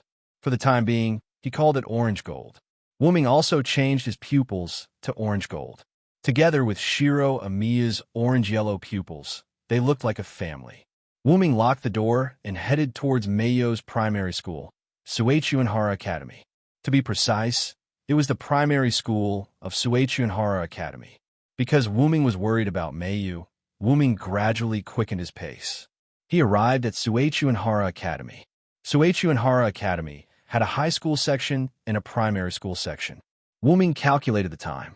Shiro Amiya, who was in the high school section, and Meiyu, who was in the primary school section, were almost finished with school. However, Wu-ming still walked to the entrance of the primary school section. Next to the high school section of Suichunhara Academy, there was another school, which was the primary school of Suichunhara Academy. After waiting for a moment, the school bell rang. Slowly, people began to walk out of the school. These were all returning home, including Meiyu and Shiro. After a moment, Wu-ming saw a petite figure in the crowd. Meiyu! Wu-ming shouted at Meiyu with a smile. Brother! Meiyu trotted and sped up, throwing herself into Wu-ming's arms. Chapter 106. Wu-ming crouched down and hugged Meiyu, who was running towards him. He stroked Meiyu's head and said, How was it? Did you listen to the teacher and wait for me in school?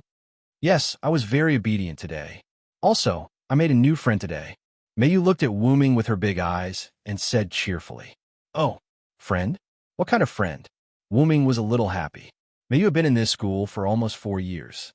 Wu-ming still remembered that at the beginning, many people thought that Meiyu was a strange child and no one was willing to be friends with her. After all, Meiyu had just developed feelings for him. It was no wonder that people would say that about Meiyu. At that time, Meiyu didn't care much about it. Wu-ming once asked Meiyu why she wanted to go to school. According to Meiyu, going to school was something that Wu-ming wanted. Meiyu would do what Wu-ming wanted her to do. This made Wu-ming very helpless at that time. This couldn't be blamed on Meiyu, when she had just developed feelings for him. Other than Wu-ming, even Shiro Amiya, who she saw every day, couldn't attract Meiyu's attention. Meiyu only cared about Wu-ming. At that time, Wu-ming followed Meiyu almost every day in spirit form. Firstly, it was to protect Meiyu. Secondly, it was to pay attention to Meiyu's behavior in school. Wu-ming wanted to slowly guide Meiyu according to her interests in school. In the end, Wu-ming discovered that Meiyu's interests could be said to be zero, or it could be said to be all. Meiyu was very interested in this world that she didn't see before. Especially under Wu-ming's guidance, Meiyu developed feelings for him. However, Meiyu wasn't interested in anything in particular. Moreover, Wu-ming was called to the office more than once by the head teacher because of Meiyu's lack of feelings in school. Wu-ming had no choice but to use the reason that Meiyu had been in a car accident and suffered severe brain damage to dispel the doubts of the teachers. Fortunately, around 2 years ago, Mayo's feelings at that time had almost completely recovered. Other than her cold voice and introverted personality, she was basically the same as an ordinary person. From then on, Mayu began to gradually make friends. Every time Mayu made a friend, she would confide in him. Wuming would also listen patiently and ask Mayu from time to time. It was the same this time. She's behind. Let me introduce her to you, Mayu asked with a red face. And I also want to meet Mayo's new friend. Wuming looked in the direction that Mayu pointed. A little girl with golden curly hair and a ponytail was hiding in a corner. Her small head was poking out to look at Wuming and Mayu. Erica, over here. Mayu waved at the little girl with golden curly hair and a ponytail. The little girl named Erica heard Mayo's call and walked over awkwardly. Brother, this is Erica Ainsworth, Mayu said to Wuming. Wuming looked at Erica with an expressionless face. Erica also looked at Wuming with a strange smile. Is that so? You're Erica. I'm Mayo's brother. My name is Emiya Wuming. Nice to meet you. Nice to meet you. However, after Erica finished speaking, her mouth changed as if she said something, but Mayu didn't see it. Wuming's expression didn't change. He said to Mayu, "We have something to do today. I'm really sorry. Erica, we'll leave first." With that, Wuming pulled Mayu out of the Suichuan primary school. Erica didn't move from her spot. A moment later, a teenager wearing the Suichuan primary school uniform came over. Erica, are you sure it's him? And is that so? Then let's go. With that, the teenager left with Erica. Wuming held Mayo's hand and walked on the road. Mayu asked with some concern, "Brother, what's wrong? Why are you in such a hurry to leave?" Wuming held Mayo's hand and said while walking, "Mayu, when did you meet that Erica?" Although Mayu was puzzled, she still told Wuming the information about Erica. "When I was eating lunch this afternoon, Erica suddenly ran to me and said that she admired me and wanted to be friends with me. The strange thing is, I've never seen Erica in school. Maybe she's a new student." Wuming was relieved. This new year, Wuming felt more than once that someone was watching him, and there were more than once magicians who attacked the Emiya mansion. Although these people were dealt with by Wuming, but every time they were dealt with, the magician would turn into a puppet. With Wuming's eyes, he could naturally see that this was the most basic magic of magicians, replacement magic. This was a high-level method of replacing a person's personality with a puppet. The only one who could use this kind of magic was one of the three families of the Yu family, the House of Einstein Barons. Wuming didn't know whether the other party was Einstein Barons or not, and didn't know why the other party didn't take the initiative to come, but this didn't affect Wuming's fear. Wuming secretly gave Mayu the Emerald Stone in order to prevent Mayu from being harmed during school, and also set up a large number of teleportation magic on Mayu.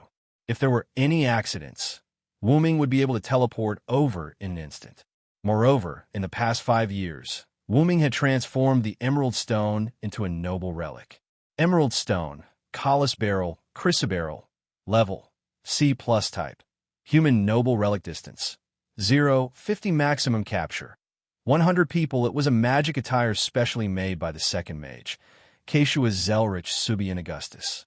It was a magic attire with artificial spirits. Normally, it would be used as a head ornament, but it could borrow the magic of a parallel world to perform detection, scanning, analysis, simulation, disguise, transformation, warning, defense, and a series of other types of high-level magic attire. After becoming a noble artifact, its performance became even more perfect. However, because it was a magic attire, its level could only reach C rank. Collis's intelligence was quite high. Wuming asked Collis to take care of Mayu. After much reluctance, Collis followed Wuming's arrangement and hid on Mayu's body, becoming an accessory on her school bag. As for the Erica he met today, Wuming could feel that she was a living god-level character. At that time, the words Erica mouthed were Hyunryong. This made Wuming shocked. This meant that the other party already knew his identity. Looking at how fearless she was, she probably had a way to deal with him. Wuming was puzzled as to how he was exposed. Since then, after knowing that there was a hidden enemy, Shiro Amiya's memory of him had been erased by Wuming. Of course, this was under the condition that Shiro Amiya was willing to do it. Mayu, our peaceful days are coming to an end. Mayu was stunned. Wuming could feel that Mayu's hand was trembling. Do you mean that I'm going to be separated from brother? Mayu said to Wuming with a gloomy face. Of course not. I said that as long as I'm here, you don't have to bear the responsibility of the Shitsuki family. Wuming looked at Mayu seriously. Mayu nodded seriously. Then, the two of them walked towards the Amiya mansion.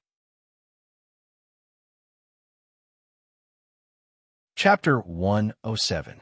After returning home, Wuming activated his magic workshop in the Amiya mansion.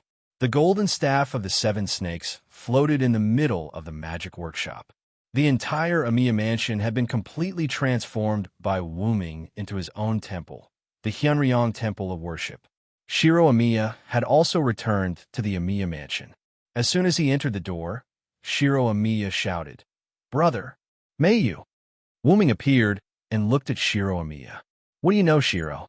Wuming asked. Shiro Amiya gave the letter he received in school to Wuming. Wuming opened it. "Dear Hyunryong, your concealment methods are indeed brilliant, making the House of Einstein Barons search for nearly 5 years before we found the Holy Grail container. Next, the House of Einstein Barons will start the Holy Grail War in order to fight for the Great Holy Grail. Shitsuki Mayu, please look forward to it." Wuming finished reading the letter and looked at Shiro Amiya. "Shiro, who gave you this letter?" Shiro Amiya was a little embarrassed, but he still said, "It was my good friend in school, Yalin Shu, who gave it to me." Wuming finally understood why Shiro Amiya was so unbearable. A good friend who had been with him for a few years suddenly turned against him. This made Shiro Amiya, who was not a magician, feel a little overwhelmed. It seems that Yalin Shu is a fake name. The other party is very likely from the House of Einstein Barons. Big brother, are you talking about the destroyed Einsbalen, one of the 3U families? Because of Wuming's teaching from time to time, Shiro Amiya could be regarded as a first-class magician at this moment. However, Shiro Amiya was talented in swordsmanship and projection magic. According to Wuming's suggestion, Shiro Amiya could practice projection magic more. Any basic magic should not be ignored, just like the House of Einstein Barons replacement magic. Wuming often used advanced item creation to create some items or weapons he had seen before for Shiro Amiya to analyze their composition and practice projection magic. Also, Wuming taught Shiro Amiya basic swordsmanship, but he did not teach him anything else. In Wuming's view, Shiro Amiya's talent in swordsmanship was far above projection magic. Wuming could only guide his path, not teach him. Shiro Amiya was a little sad, then said, "What the hell is going on? Didn't Mayu's ability disappear? Why did the Holy Grail War happen, brother?" Because of Wuming, Shiro Amiya understood the rules and requirements of the Holy Grail War very early. "This is the fate of the Shitsuki family," Wuming said seriously. Wuming once visited the Holy Church in Winterwood City. A priest named Yin Fengili confessed everything to Wuming. The godchild of the Shitsuki family was artificially created 400 years ago for the purpose of the Holy Grail War. The godchild of the Shitsuki family was used as a vessel to create the Holy Grail War. By sacrificing the souls of the servants, the Holy Grail War was created.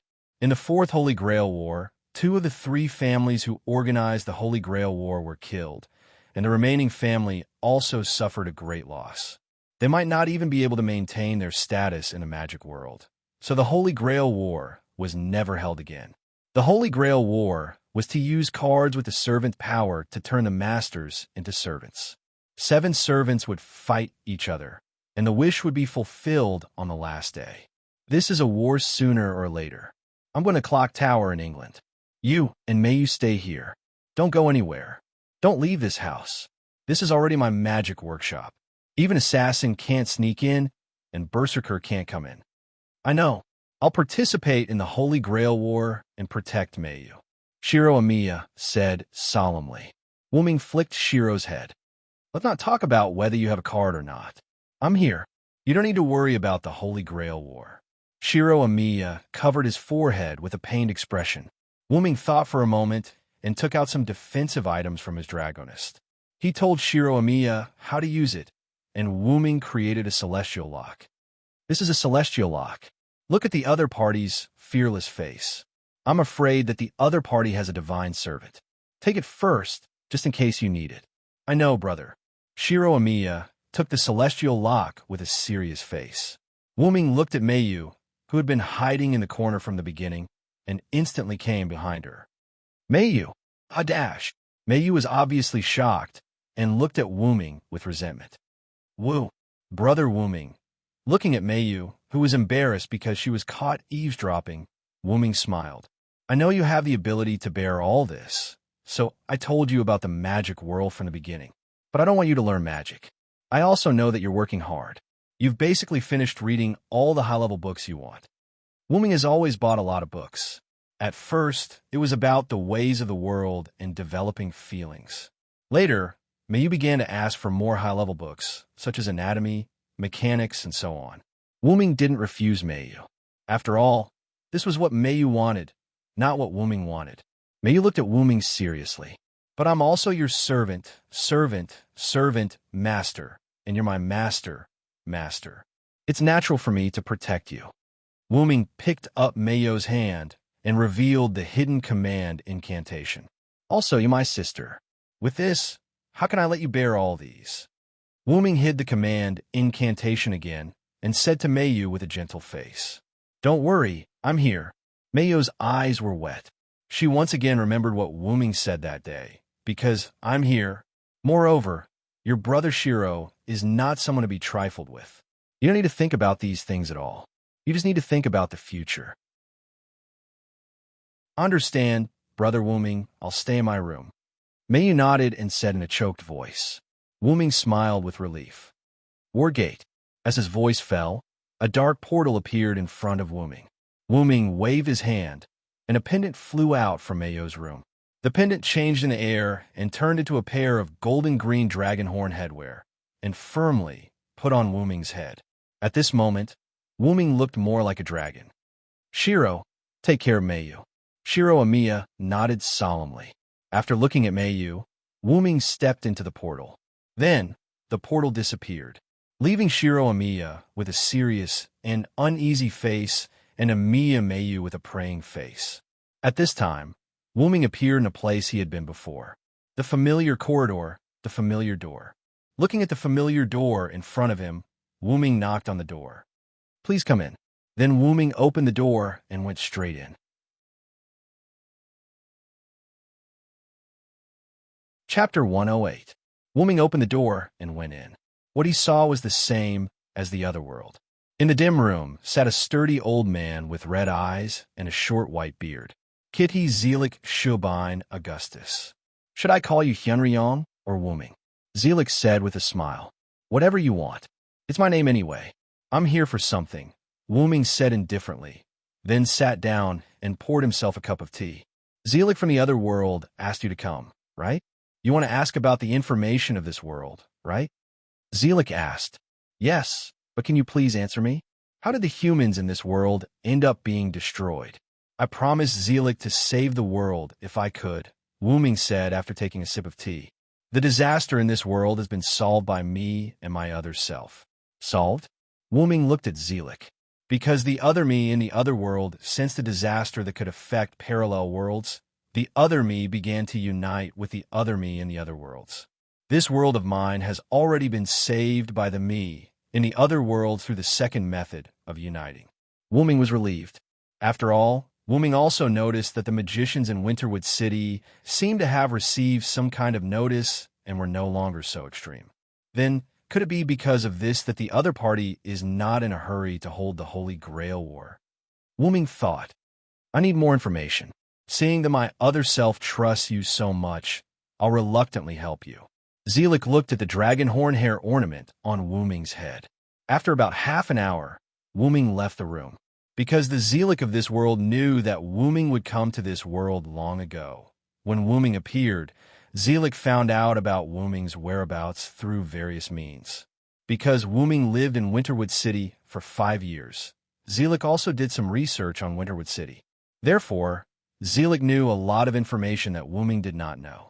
According to Wuming's description, Zelik judged that the other party might be the last person of Ainsworth, named Julian Ainsworth. Although the three families of the Yu family suffered heavy casualties in the Holy Grail War, including two families including Ainsworth, Ainsworth's last person, Julian Ainsworth, did not want to face this fact. Therefore, even if he knew that humanity had been saved and the world would not be destroyed, Julian still wanted to continue the Holy Grail War. According to Zelik, Julian's wish might still be to save all of humanity, because as long as one was human, there would be no future without danger. With danger, there would be progress. Zelik knew about the heroic spirits of the 7 class cards and their users. Although those users had long said that the personalities of some people who had died long ago were replaced with machines on the dolls. Other than that, Zelik did not have any other information. After getting the information, Wuming left. Although this world might not be the world that brought danger to other parallel worlds, as Zelik said, Wuming did not plan to leave. The main reason was because Mayu had left a deep impression on Wuming. Wuming could not abandon Mayu. There was also Shiro Amiya, the magician who had normal human thinking. Because of Wuming's influence, Shiro Amiya had long abandoned Amiya Kiritsugu's wrong wish and had his own new and correct wish. Wuming opened the portal and returned to the Amiya mansion. As soon as he returned, Wuming discovered that there were people fighting in the courtyard of the Amiya mansion. It was a tentacle-like monster and Shiro Amiya who had used a class card. In one of the rooms of the Amiya mansion, there was an injured purple-haired girl who was about the same age as Shiro Amiya. She was lying unconscious on the ground. At that moment, Wuming more or less knew what had happened. Wuming waved his hand, and an oval lens appeared beside Wuming. Wuming walked toward the purple-haired girl's room while watching Shiro Amiya and the strange tentacle-like monster fight. The tentacle-like monster was 3 meters tall, and its face seemed to be a skull mask. It looked like the monster was made of tentacles. This is assassin? Wuming discovered the monster's true form. That was right. This was the assassin user of the card in the Holy Grail War. He watched as Shiro Amiya held 2 swords in his hands and kept dodging assassins' attacks. From time to time, he would throw flying swords and stab assassins back. On the other hand, the tentacle-like monster formed by assassin was completely unaffected. The huge, tentacle-like fist kept bombarding the ground. Some of the marble slabs on the ground in the courtyard were smashed away, and soil was splashed everywhere. The originally beautiful Amiya mansion was now a mess. As if the time was right, Shiro Amiya dodged one of Assassin's attacks and jumped onto Assassin's back. He held a pair of black and white swords in his hands and stabbed toward Assassin's back. In an instant, an explosion occurred inside the tentacle-like monster. Then, there was a heart-wrenching scream. Ah! Shiro Amiya jumped to the side of the wall and looked at Assassin, who was curled up. He stretched out his hand, and a black bow appeared in Shiro Amiya's hand. Then, Wei Gongshiro projected a slender, spiral-shaped sword. This is the Rainbow Sword. Yes, Wuming recognized this sword. This was the famous weapon of Fergus Mac Roy in Celtic legend, Calibalg. Because it was shaped like a spiral, it was also called the Spiral Sword. Because Wuming had met Fergus before, he recognized this sword. Although he was a strange guy. At this moment, this rainbow sword was obviously very different from the real rainbow sword. It was too slender, as if it was modified for shooting. Let's call it a fake spiral sword. I see. Projection magic, Wuming suddenly realized, then said, I'm really worthy of the future you, Shiro. With Wuming's eyesight, he could already see the original body of the hero spirit card Shiro Amiya used. If there was no accident, it was the future Shiro Amiya who became a hero spirit after death. Shiro Amiya drew his bow and aimed at the curled-up tentacle ball, but a cherry-colored scarf happened to float by. Shiro Amiya seemed to have thought of something and put down the bow. Wuming smiled. Wuming once taught Shiro Amiya that once the opponent was determined to be the enemy, don't give the enemy a chance to breathe. Unless Wei Gongshiro held the pseudo, spiraling sword in a reverse grip, and with the speed of lightning, he fiercely stabbed backwards. A purple-haired man with a skull mask with missing legs and arms appeared behind Shiro Amiya. The fake spiral sword steadily stabbed into his abdomen. "Why?" the purple-haired man asked in shock. "You're the one who said it. Your tentacles can move freely after leaving you." Unless he had absolute confidence in winning. Chapter 109. Shiro Amiya pulled out the pseudo-spiraling blade. An assassin fell to the ground weakly. No, I don't want to die. I don't want to. Assassin's card user crawled forward with great difficulty. Shiro Amiya jumped down from the wall, dispelled the bow and sword in his hands, and reformed the twin blades. He walked step by step towards Assassin's card user. "If I didn't activate the transfer technique in time, your sister Sakura would probably have the same idea as you," Shiro Amiya said calmly. "But Sakura isn't dead. I was only following Master Julian's orders." Assassin's card user seemed to have thought of something and stopped talking with a face full of disbelief. Ha! Ha ha! What Master Julian? Damn it! Fortunately, Sakura was saved by you.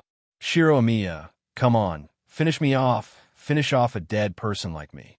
Assassin's card user first laughed, then cried, and then asked Shiro Amiya to finish him off. Wuming turned off the X-ray mirror and walked into the room where the girl called Sakura was. As soon as he entered, Wuming smelled the thick scent of blood. Wuming took a closer look and saw that Sakura's chest and back were covered in blood. If he was not mistaken, it was caused by Assassin. Could this girl be Shiro's lover? Wuming said with interest. After joking, Wuming made a few gestures in the air, and a few lune runes that symbolized healing were attached to Sakura's body. With a burst of green light, Sakura's clothes instantly became brand new. If not for the bloodstains, anyone would have thought that she was a sleeping girl. Wuming walked out of the room and gently closed the door. Wuming then met Shiro Amiya, who had finished off Assassin. At this moment, Shiro Amiya was still in his heroic spirit state. He wore a red headband on his forehead, and a white cloak fluttered behind him. He wore a black tight shirt and long pants, and the red sleeve on his left arm was tightly pressed against his skin, revealing the muscles that were usually hidden under his clothes. Wei Gong Shiro took out a palm-sized card with a skeleton mask and a dagger drawn on it, and handed it to Wuming. "Big brother, it's just as you said. After I killed Assassin, he turned into a doll. This card is stuck on the doll." Once, a magician attacked Shiro Amiya. After Wuming killed him, the magician turned into a mechanical doll. Therefore, Shiro Amiya also knew about the doll. Wuming took the card and said to Shiro Amiya, "I've healed your lover. Go take a look. She should be waking up soon." Shiro Amiya blushed a little at Wuming's words. He then stopped his heroic spirit state and handed the archer card in his hand to Wuming. After saying, "Thank you, big brother," he quickly ran into Sakura's room. Wuming looked at the two cards in his hands and frowned. Although the user of the assassin card was easily defeated by Wei Gong Shiro, that was only because the user of the assassin card wasn't strong. It didn't mean that the card itself was weak. Wuming could clearly feel the presence of heroic spirits in these two cards, especially this assassin card. Wuming could feel that there was more than one heroic spirit in it. There were about 19 of them, but each user could only use the power of one heroic spirit. Wuming turned on the surveillance camera in the magic workshop and looked at it. After Wuming left, Meiyu and Shiro Amiya stayed in the house and did not go out. However, after a while, a girl came to the Amiya mansion. That girl was Sakura, who was treated by Wuming. Shiro Amiya might have known the girl named Sakura, so he brought her to his courtyard. After entering the courtyard, Sakura first cried and threw herself into Shiro Amiya's arms. Then, Sakura took out an archer card. "Senior, this is the strongest card. Archer Hero King Gilgamesh." Wuming noticed what Sakura said. Hero King Gilgamesh. Then, with the heroic spirit that Shiro Amiya transformed from his future, Wuming could speculate that the card was definitely not Gilgamesh's card. Sure enough, Wuming continued to watch. Assassins sneaked in through the process of Shiro Amiya, bringing Sakura in. Assassin's appearance was quite strange, even disgusting. The grayish-white skull mask covered the chin and nose, and the mouth opened and closed along with the skull mask. The whites of the eyes were all black like the pupils, and the legs seemed to be fitted with artificial limbs. The inhuman legs were thin and long, making people feel disgusted. The left hand was a thin black arm, and the right hand was completely made up of tentacles. A large number of tentacles were constantly flying in the air. Seeing the enemy, Shiro Amiya quickly put Sakura behind him and projected a sword. Then, Shiro Amiya began to fight against Assassin. Although Shiro Amiya had improved considerably under Wuming's guidance, his opponent was still using a card that contained the power of a heroic spirit. Gradually, Shiro Amiya began to lose ground. Assassin, on the other hand, believed that Shiro Amiya was no longer a threat, so she knocked Shiro Amiya back with a heavy blow. Then, she gave up on dealing with Shiro Amiya and turned to deal with Sakura instead. Through the conversation between Assassin and Sakura, Wuming learned that Assassin had become mentally unstable. Julian ordered Assassin to be killed and brought back to Sakura. It seems that the power of the heroic spirit in the card will corrode the user, Wuming said calmly. The card user of Assassin seemed to be Sakura's brother, but he had died 5 years ago. Sakura had personally told Shiro Amiya this. Shiro Amiya, who was in a sorry state, got up from the ground. Sakura stood in front of Shiro Amiya. "Senpai, let me protect you this time." Following Sakura's words, the card in her hand began to glow. Then, under Assassin and Shiro Amiya's shocked gazes, the glow covered Sakura. Then, the glow shattered and the card turned gray. Sakura looked at the card in her hand helplessly. Her voice trembled as she spoke. Why, Assassin's cruel and disgusting laughter responded to her. "Ha ha ha, my poor sister. Your card has been swapped by Lord Julian. Lord Julian guessed that you would betray him. Why would Lord Julian give you the real card of the Hero King, Gilgamesh? The card you have is only a fake." Assassin calmed down from her laughter and said to Sakura, "Now die." Following Assassin's death declaration, Sakura looked in Shiro Amiya's direction in despair. "Senpai, goodbye." Assassin's tentacles condensed and reached for Sakura. Shiro Amiya struggled to get up. He quickly and awkwardly drew a few lines in the air. A few special runes appeared in the air. The moment the tentacle arm touched Sakura, Sakura's body trembled. "Teleport!" Shiro Amiya shouted. Sakura was teleported away in an instant. Assassin was stunned on the spot. "What happened?" I was going to kill Sakura. Where's Sakura? Where's Sakura? Where's Sakura?"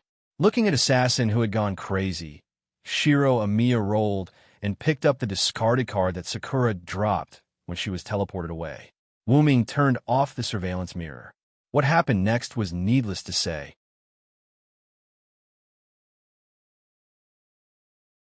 Chapter 110. Wuming walked to Meiyo's room, knocked on the door, then opened the door and walked in. "Brother Wuming." Meiyu rushed over as if she was afraid and happy. Wuming hugged Meiyu and gently patted Meiyo's back. "Did you listen to your brother Shiro's words?" Wuming asked. "Yes, other than when brother Shiro called me to eat, I always stayed in the room and read." Meiyu nodded her little head and pointed to the stacks of books on the desk in the room.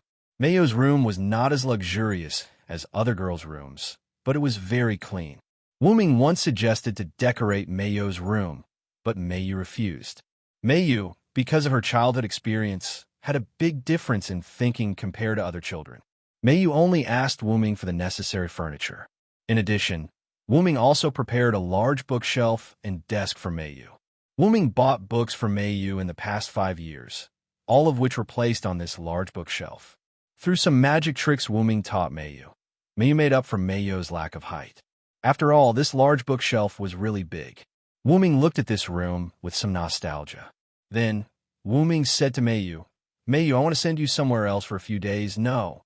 Before Wuming finished, Meiyu interrupted him. Wuming looked at the little girl with tears in her eyes and stopped talking. "Brother Wuming, are you starting to hate me?" Meiyu said. How could that be? I'm just... Wu-ming said hurriedly. Then, why are you chasing me away? Meiyu interrupted Wu-ming again. Wu-ming smiled helplessly. Then, he squatted down and said to Meiyu, Meiyu, I want you to go somewhere else for a few days because I'm afraid I can't protect you. Do you understand? Wu-ming said this because he felt that the strongest hero king card, Gilgamesh, that Sakura had told Shiro Amiya existed. After all, Assassin, Sakura's brother, had said that the strongest hero king, Gilgamesh's card, had long been swapped by Julian, which made Wu-ming even more certain that Gilgamesh's card existed. But isn't Brother Wu-ming the strongest hero spirit? Meiyu asked. Because Meiyu had asked Wu-ming about his past, Wu-ming casually said that he could be considered one of the strongest hero spirits. After all, Wu-ming was not dead, and his original form was the Origin Dragon. The current hero spirit body was just a body made of magic power by signing an equal contract with the suppression power. Strictly speaking, Wu-ming's Origin Dragon was of a higher level than hero spirits. Just like the gods and the ruler of gods, there was a strict hierarchy that could not be changed. After all, Wu-ming was the Origin Dragon that was born from the great origin of all worlds. In response to Meiyu's question, Wu-ming was a little helpless and said, That's true, but I'm not in my original form now. Besides, if the other party really has Gilgamesh's card, it's quite disadvantageous for me. Wu-ming was right. Apart from weapons that contained human principles that could pose a threat to Wu-ming, divine weapons could also cause harm to Wu-ming. Who told him to have a divine skill? Divinity B. Rumor has it that the first-generation direct descendant of Tiamat has top-notch divinity. Due to the inaccuracy of the rumors, it was downgraded to B. Because of Wu-ming's power and mystery, it ended up being a deity related to Tiamat. Although Wu-ming and Gilgamesh had a good relationship and should be very close, Wu-ming dared not confirm how the Gilgamesh of this world felt about him. After all, the king Gilgamesh taught by Wu-ming was a woman. The most important thing was that if it was really Gilgamesh, there must be countless treasures, that is, countless noble phantoms. After all, that was the privilege of the ancient king. Among them, there was no lack of noble phantoms. The most important thing was that Gilgamesh must have Enkidu. Wu-ming, who used Enkidu, knew how powerful Enkidu was. It was a real divine weapon. For enemies without divinity, Enkidu was just a particularly strong chain, but for enemies with divinity, as long as the target's divinity was higher, Enkidu's binding ability would be higher. And as long as it was an enemy with divinity, once entangled by Enkidu, it would be impossible to get rid of it. At the moment of entanglement, Enkidu would enhance the binding power according to the divinity in the target's body. That was not just the binding of the chain, but also the binding of power, speed, magic mobility, and so on. And right now, the real Heavenlock, Enkidu was sleeping together with Wu-ming's main body in the origin of the shaped moon world. There were also Satya and Sebastian. Both of them were also sleeping inside the staff of Wu-ming. Wu-ming believed that when Wu-ming came out of the root, both of them would have unprecedented changes. Wu-ming looked at Meiyu. After thinking again and again, he sighed. I really don't know what to do with you. Then Meiyu smiled. Well, I like Brother Wu-ming the most. Meiyu hugged Wu-ming's neck with both hands and said happily. Although Meiyu's voice was very low, the mood contained in it was quite loud. Well, since you're relieved, then let me go. What do you want to eat? I'll make it. Wu-ming patted Meiyu's little head and said with a smile. Omelet rice. Meiyu whispered. Wu-ming was taken aback for a moment. Then he was relieved. Can't I? Meiyu looked at Wu-ming pitifully. Wu-ming didn't know whether to laugh or cry. It's not that you can't, but you eat omelet rice almost every day. Aren't you tired of it? Meiyu quickly shook her little head and said, How can that be? As long as it's Brother Wu-ming's omelet rice, I won't be tired of it for the rest of my life. Wu-ming stood up, touched Meiyu's little head, and said, Then you go find your big brother Shiro and ask him to come over and help me. Tonight, we can have one more person in our house. Maybe we can make red bean rice. One more person? Red bean rice? Meiyu, who was still young, couldn't understand the custom of red bean rice. In this regard, Wu-ming just smiled. It's nothing, just go find him. Remember to be polite when you face that sister. She might be your future sister-in-law. I know. Then, Mayu went to find Shiro Amiya curiously. After all, Mayu was still interested in this sister-in-law's words. Then I'll start too, delicious dinner. Then, Wu-ming walked into the kitchen. In a moment, the aroma wafted out of the kitchen and surrounded the Amiya mansion for a long time.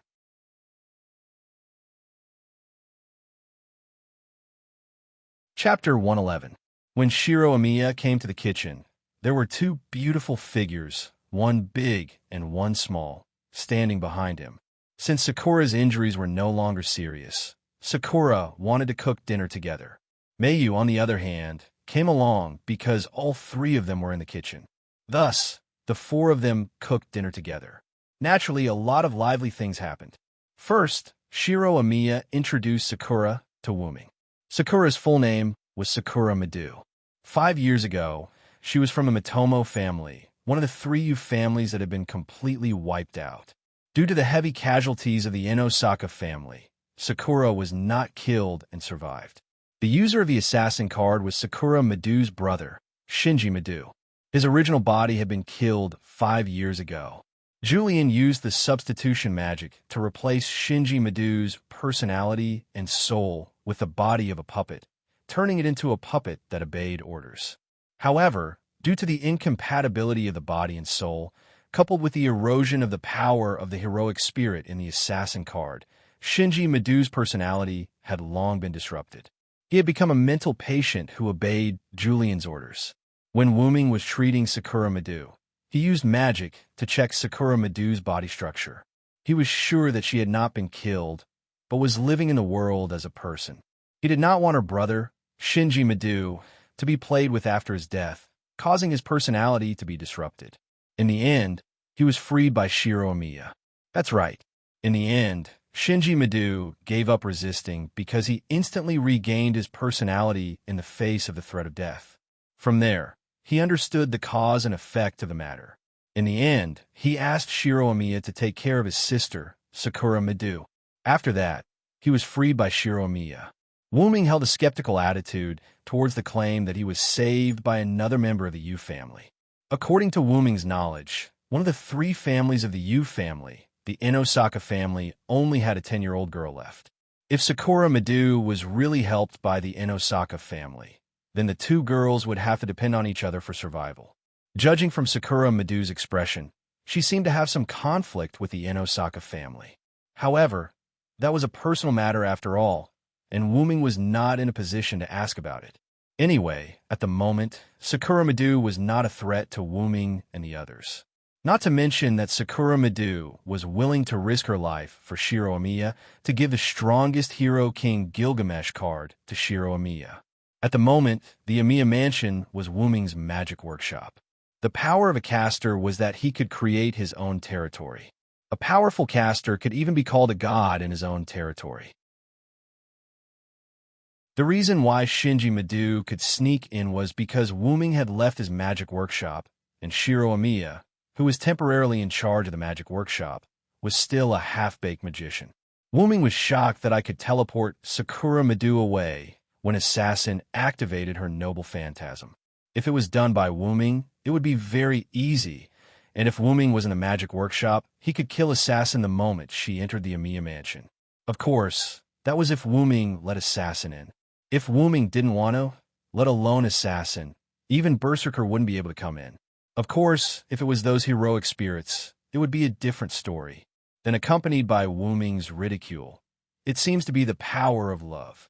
Shiro Amiya and Sakura Madu blushed like a monkey's butt. After the 4 of them had finished cooking dinner, they gathered at the dining table and had a delicious meal in their eyes.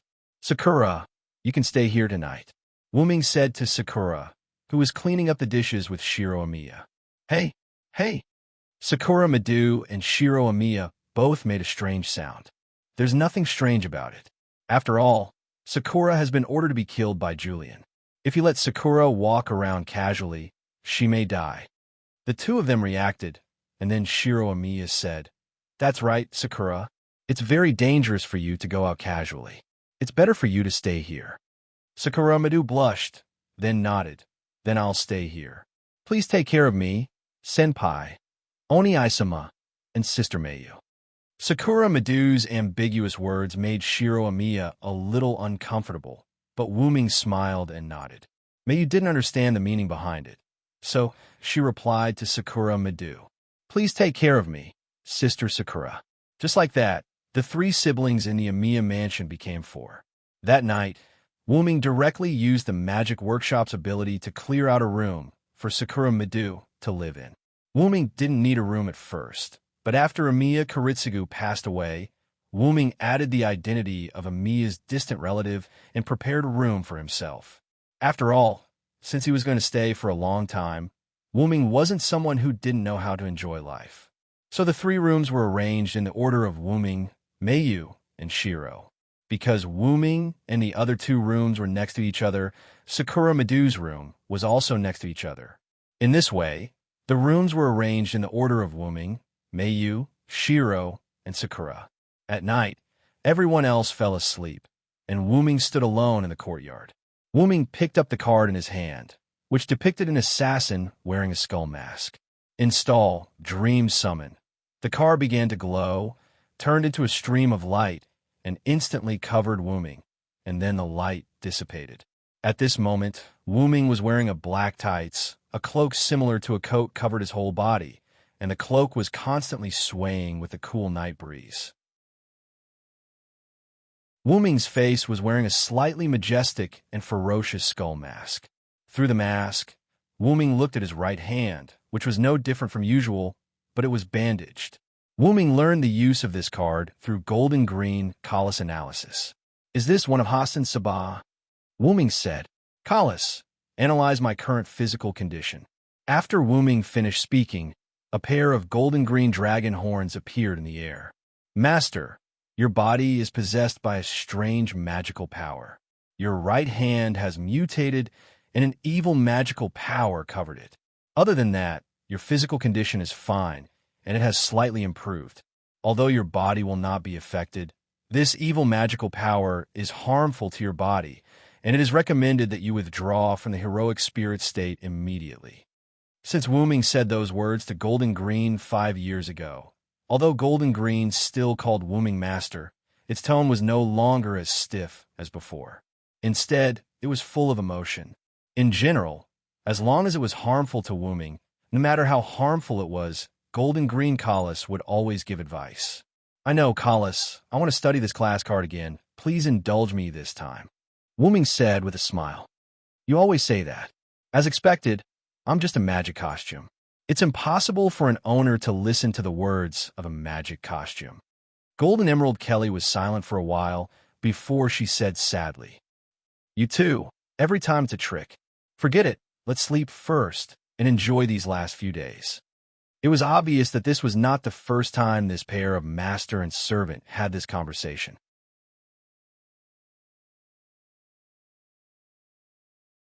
Chapter 112. It's all Master's fault for not listening to my advice. I've always been thinking about you. Kalas said in a cold voice. Wuming activated Fantasy Summon, Install, and his body glowed. The light condensed in Wuming's palm and turned into a card. Wuming's body returned to its original appearance. Well, let's go to sleep. Kalas, you should also go to bed early. Wuming said and began to walk toward the house. I know, Master. I will go to bed early. Kalas followed Wuming, was silent for a while, and then said affirmatively. Wuming looked at Kalas, who was floating in the air, and said, Don't try to play any tricks. Just like before, I will temporarily shut down all your analytical abilities. Kalas shrugged helplessly and said, I will pay attention to my rest. Please rest assured, Master. However, Wuming still expressed helplessness for this human-like action, as always. God knows what kind of hobby Zelik had. He set the magic costume to be able to move freely like a human. Can you imagine the scene of a pair of dragon horns constantly moving? It was really funny. Okay, let's go to sleep. Please don't interrupt my speech. It's very impolite, Master. I know. The master and servant walked into the house. The courtyard returned to its silent scene. The night slowly disappeared, and the day came. Wuming came to the courtyard early and took out the assassin class card. Install Fantasy Summon. Wuming changed into the appearance of wearing a skull mask, a black cloak, and a bandage on his right hand. After all, Kalis was Wuming's noble phantasm. Wuming could freely control her. Therefore, Wuming put his noble phantasm Kalis in a temporary state. In short, it was sleeping mode.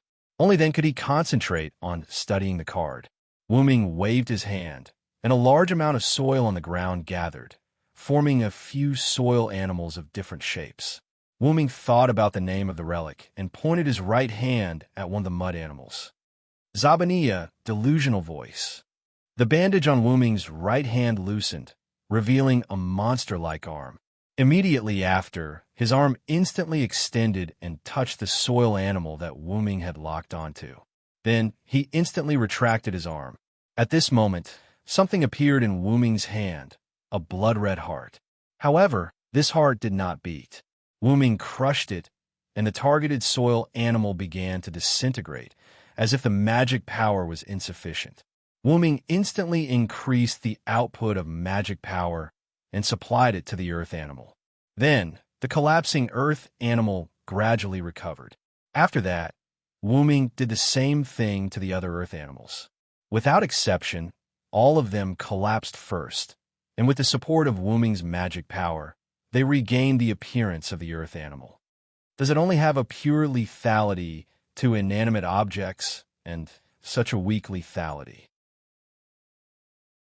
Wuming put the bandage on his right hand back in place, and his right hand became like an ordinary person again.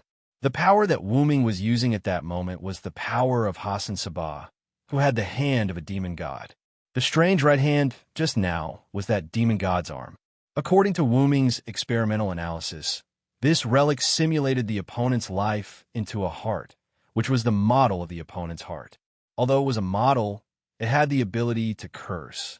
Moreover, this ability was only effective on living creatures with hearts. After all, for living creatures with hearts, the heart was their weakness. The main thing was that if the heart was gone, it was basically impossible to survive.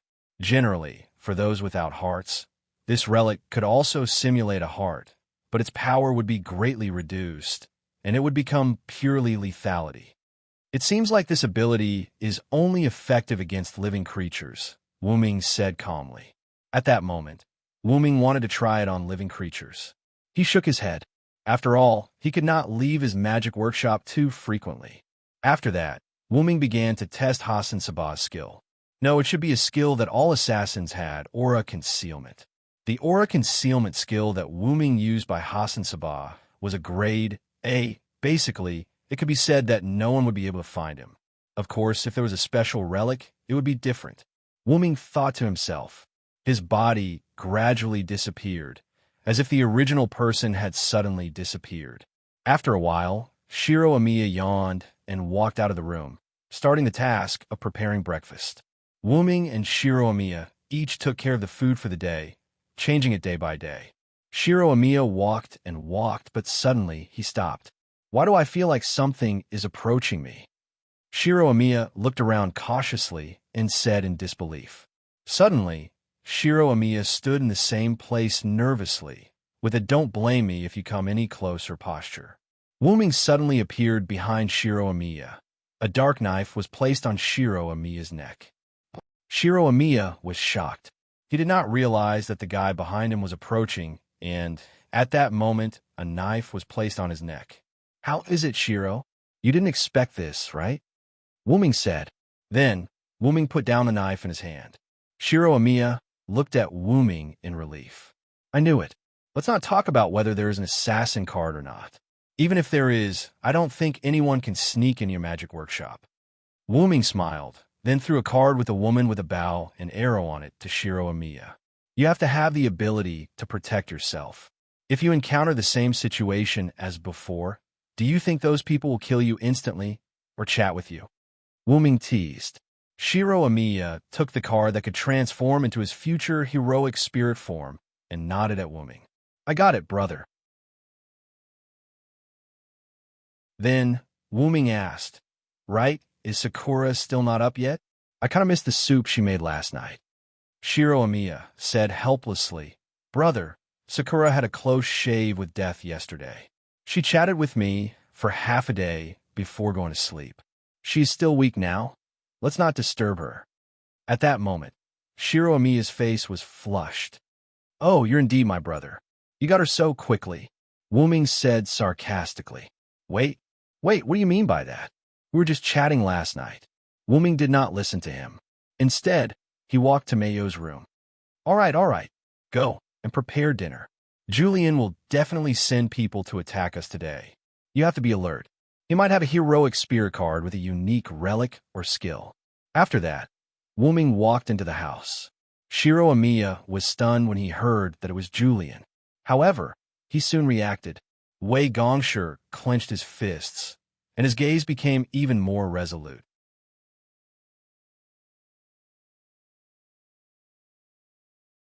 Chapter 113. After breakfast, Wuming and Shiro Amiya began to fight one-on-one. Sakura Madu and Meiyu stood on the side, watching the two. Install Dream Summon. As the incantation fell, Wei Gongshiro's heroic spirit transformed.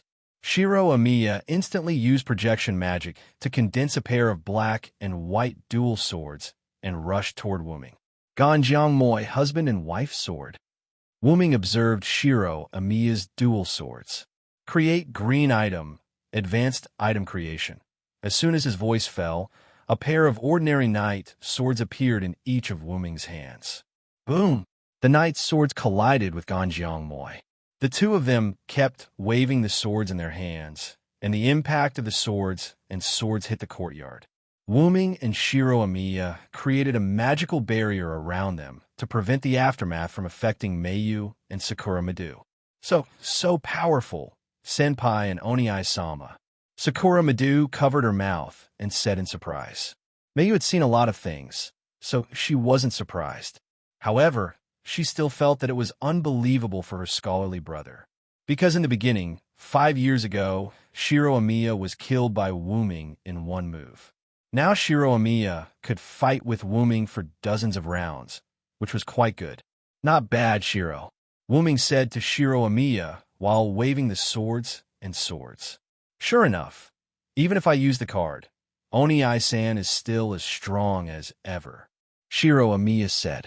I'm going to work harder, Shiro. After that, Wuming's movement suddenly changed. The knight's sword seemed to be tied to a boulder, and each blow was mixed with heavy power, constantly bombarding Shiro Amiya. With each bombardment, Shiro Amiya's Ganjiang Moi would inevitably shatter, and then Shiro Amiya would use projection magic again in an instant to recondense the dual swords. Wei Gongshiro kept retreating in the midst of the constant attacks and destruction, until boom! What? Wuming shattered one of his knight swords, and a large number of fragments flew in front of Shiro Amiya, blocking his sight.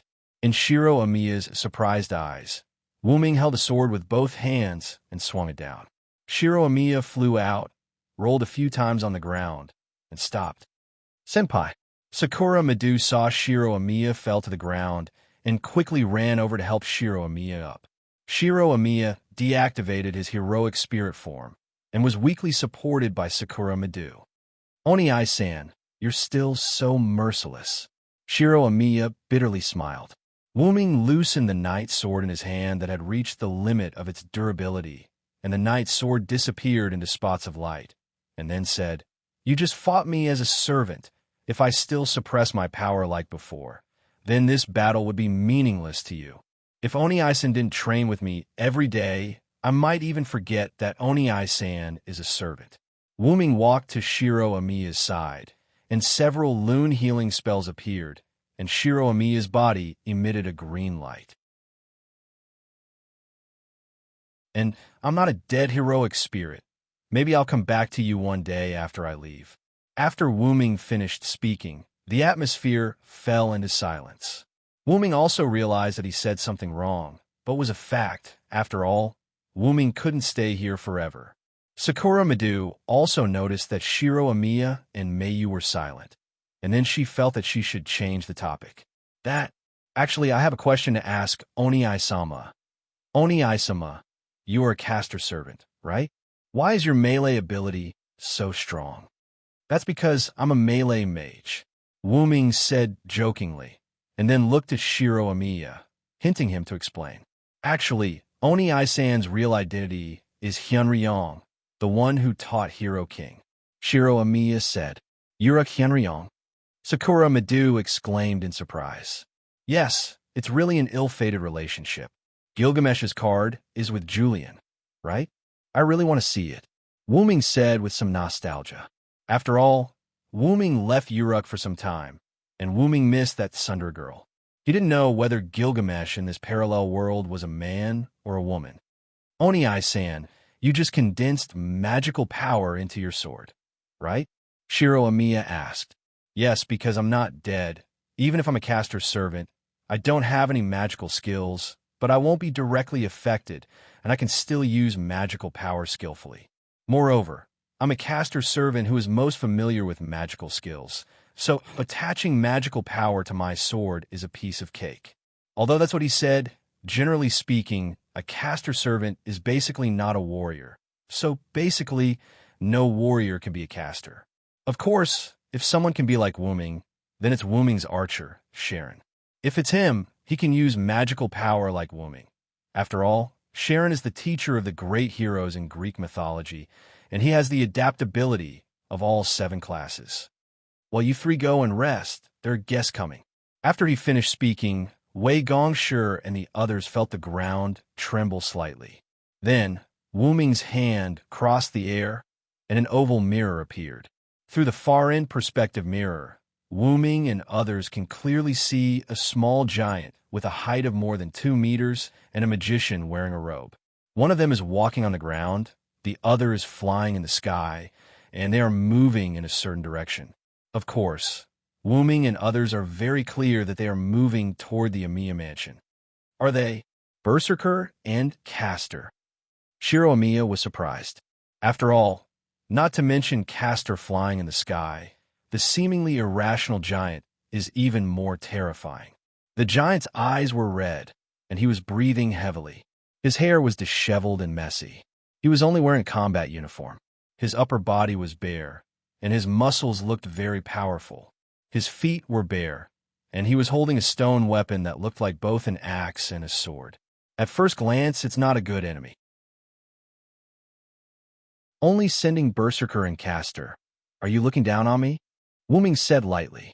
Collis, can you analyze the power of these 2 heroic spirits?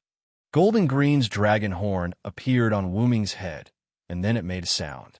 Through Berserker and Caster's clothes, I can judge that they are Greek characters, but I can't analyze everything with the current information. Is that so? Shiro, take Mayu and Sakura back to their room. Wu Ming ordered. I know, brother. Soon, Shiro Amiya sent Sakura Madu and Mayu back to their room. Then, Shiro Amiya used the card, entered the heroic spirit state, and came to Wu Ming's side.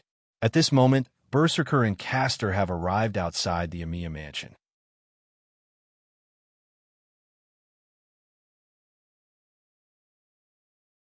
Chapter 114.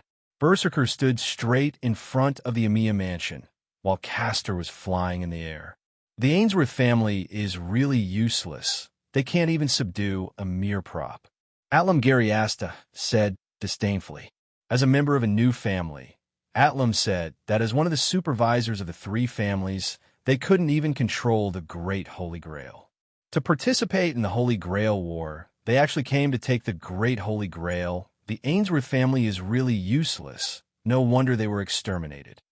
Atlam was wearing a mage robe, a hood on his head, holding a staff, floating beside Berserker and cursing. Hey, Mad Dog, I will open the enchantment of this magic workshop.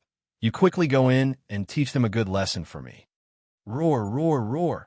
Berserker made an unknown roar, but it seemed that this Berserker was very obedient to Atlam's words. Just when Atlam was about to cast Kanagi magic to open the magic workshop of Wu Ming, the enchantment in front of the 2 automatically opened. Oh ho, you're quite tactful, aren't you? Saves me from wasting time. However, If you can consciously hand over the great holy grail, that would be perfect. It would save me a lot of trouble, Atlam said arrogantly. Roar, roar, roar, roar, roar. Berserker roared furiously and rushed forward step by step. Wooming instantly appeared in front of Berserker, which made Berserker, who still had a trace of sanity, stop. Atlam asked arrogantly, "Are you the servant summoned by the great holy grail? I didn't expect you to be a caster like me. You're really suitable to guard the great holy grail." Because Saber, Lancer, and Archer were basically not weak in terms of magic power, Caster's damage to them was not considerable. Rider was in a better situation than Caster because of the bonus of his mount. Assassin, who is also known as the weakest class, didn't need to fight at all. And Berserker, needless to say, Berserker's skill bonus made Berserker become a servant that was not weaker than upper 3 mounts. That was to say, Berserker's skill bonus made Berserker become a servant that was not weaker than upper 3 mounts.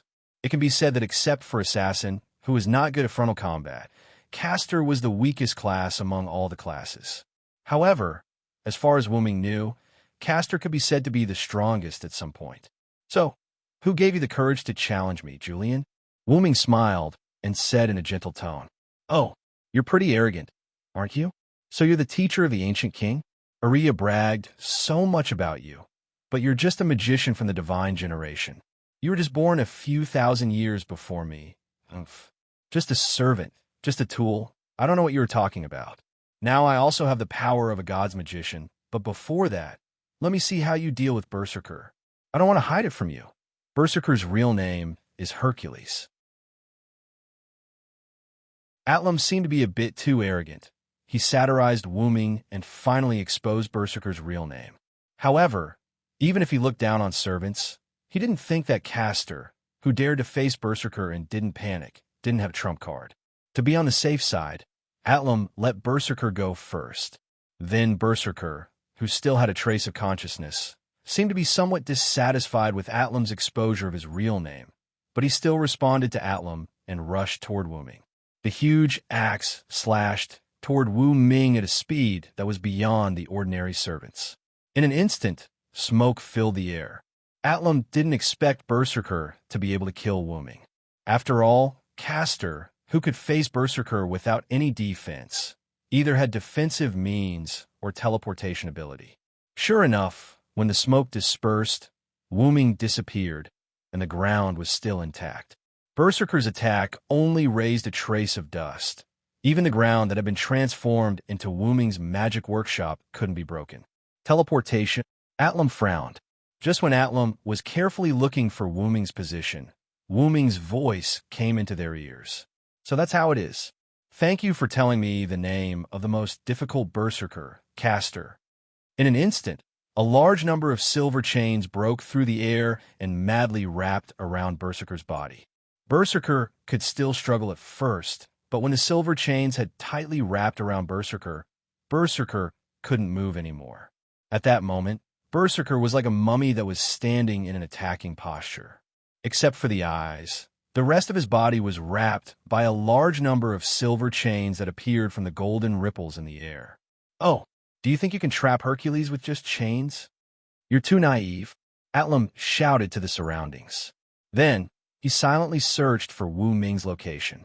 However, to Atlam's disappointment, not only he couldn't find Wu Ming's position, but even Berserker couldn't break free from those silver chains. What's going on? For not being able to find Wu Ming, Atlam was calm. After all, this was Caster's magic workshop. It was normal to not be able to find him, but it was abnormal that Berserker couldn't break free from the chains. After all, this was the great hero of Greek mythology, Hercules, as the god of strength. How could he not break free from the chains? "That's normal. Caster, this is Enkidu." Wu Ming's figure appeared beside Berserker, as if he was invisible before. "Enkidu, how is that possible? Isn't that the hero king, Gilgamesh's noble phantasm?" Atlam was a little panicked at the moment. After all, the reason why he came here to seize the great Holy Grail was because of his selfishness, and he didn't know why he could command the almost irrational Berserker Hercules card user. After all, the normal Hercules was already very powerful, and with the bonus of Berserk, his attributes could be regarded as the ceiling level. Moreover, Hercules also had a powerful noble phantasm called 12 Trials Godhand. 12 Trials Godhand. Level B-type. Noble phantasm attack range. Maximum effect. One person, it gave Hercules a body that could resist damage below B level, including B level. This noble phantasm also had the effect of automatically resurrecting the body after death, giving Hercules the ability to resurrect 11 times, and with enough magical power, the number of resurrections consumed could be recovered. It gave the effect of, after receiving damage once, it will generate resistance to the same type of damage next time. It could be said that Berserker Hercules was an invincible hero spirit, but it had a fatal weakness. Divinity, Ace, the hybrid of Zeus and human. Hercules, who was welcomed as a god after death, had a high divinity skill. This skill became Hercules' biggest weakness.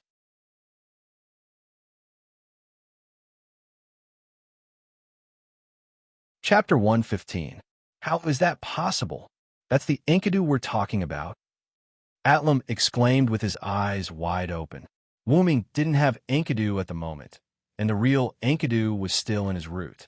But Wuming had a bug-like skill called Create Great Item. At this moment, those Enkidu that wrapped around Berserker were created by Wuming with this skill. Since then, Wuming has been promoted to caster, and through the connection with the Great Holy Grail, and through the inherent skill Miracle, Wuming found that many of his skills have undergone a qualitative change. Take Create Great Item, for example. The effect of this skill could be said that as long as the item created by Wuming was the same as the real item. The only drawback was the durability. If it was expressed in terms of attributes, then the item created by Wuming with Create Great Item would have an E durability.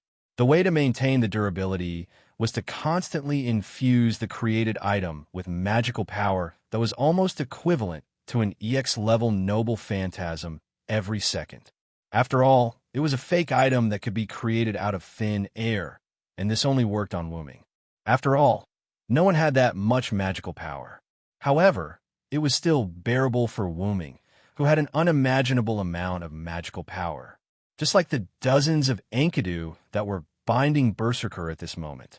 Even if those dozens of Enkidu were noble phantasm, if Wuming let them maintain their durability, it would take 3 months of continuous magical power infusion to deplete Wuming's magical power. And that was not counting the amount of magical power Wuming had to restore himself. All in all, you have lost, caster. Wuming smiled and said to Atlam, Lost? Are you kidding me? Even without Berserker, I won't lose. Atlam's voice stopped abruptly, because at this moment, a red servant was standing beside him. Atlam's body was full of black and white swords, almost all over his body. Triple-linked crane wings altar. Shoo! Atlam's body was pierced by thousands of swords, and Caster's card user fell to the ground. What? Time! Ho! Atram stuttered. Then Atlam's body changed and turned into an automaton. A card printed with a white beard wearing a hood holding a book in one hand and a staff in the other hand was attached to it. So far, he didn't even make a move, and his real name wasn't exposed, but he was killed by Miya Shiro. Shiro Amiya picked up the card, walked to Wuming's side, and handed it to Wuming. Big brother, I keep having the feeling that this guy is bluffing. I feel that even without Big Brother's help, I can still kill him. Wei Gong Shirang said with confidence. Wuming thought that was true. With Shiro Amiya's talent, even without Wuming's 5 years of training, Shiro Amiya could defeat almost all servants with that inexplicable hero spirit Amiya card. After all, he could cast projection magic, which could restrain other hero spirits' equipment. Amiya's noble phantasm was mixed with it. Rather than calling it projection magic, it was more like a fake gate of Babylon. It seems that this guy is just a dabbler. He didn't even notice my buff. Wuming smiled and shook his head. Shiro Amiya was a little helpless, and then said, Brother, you're too abnormal. You can even simulate the skill of an assassin. Wuming looked up, then reached out and touched his dragon horn headdress, and the dragon horn glowed, and then said, "This is Kala's credit. I don't have so much time to study that." Yes, the reason why Wuming could use his magic workshop and magical interference to block Shiro Amiya's buff was all thanks to Golden Green Kalas. After Wuming removed Kalas's noble phantasm, Kalas woke up. As soon as she woke up, Kalas ignored Wuming. Even if Wuming asked her something, she answered Wuming in a cold tone. It wasn't until Wuming used some comforting means and some special methods that Kalas returned to her original state and helped Wuming to analyze assassin skill. Master used very cruel means to make me surrender. I had no choice but to do this. Golden Green's dragon horn made a sound to defend itself. However, there was not the slightest grievance in its cold tone. It seemed to be mixed with a trace of happiness. Wei Gong Shiro, on the other hand, was not surprised. After all, his elder brother always appeared weak in front of his own magic dress, Miss Kelly. After all, Miss Collis was also a very strict artificial elf. Shiro Amiya thought, "Oh yeah, big brother." Shiro Amiya looked at Wuming. "How do we deal with this big guy?" After that, Wuming and Shiro Amiya looked at Berserker, who was tied up. "Don't worry. Collis has already helped me think of a solution." Wuming smiled mysteriously. The remaining personality of the Berserker card user seemed to feel a chill. Berserker's body that had stopped struggling began to struggle again, accompanied by a miserable roar. Wuming took out the nameless spellbook. Wuming placed the spellbook flat on his hand, and the spellbook automatically turned pages quickly and stopped at one of the pages. Dreamland. Wuming also drew several Lune runes in the air. As the Lune runes were drawn and the spell was recited, Hercules fell into silence. Dreamland was a 10th level emotional interference spell. It was originally a high-level spell used to restrict the enemy's movements. After being converted into reality, it became a spell that could make the enemy fall into an illusion created by the caster. In the illusion, the caster was God, everything. The victim would be controlled by the caster in the illusion, which would affect their physical body. However, the success rate of this spell was not high because the high-level players of Yggdrasil would equip some special defensive items or use some special defensive skills at the beginning to defend against these invisible side attacks. A series of defensive items or skills, such as anti-intelligence exploration, anti-control, control time reduction, illusion break, and so on. And because of Berserker's madness, although the card users still had a trace of sanity, the success rate was still too low. Wuming used some weight for me blessing runes to increase the success rate of casting. It just so happened that Berserker had fallen into the illusion created by Wuming. You're tuning into the Warrior Lore YouTube channel. Don't forget to subscribe and join us on this journey to catch the most captivating stories.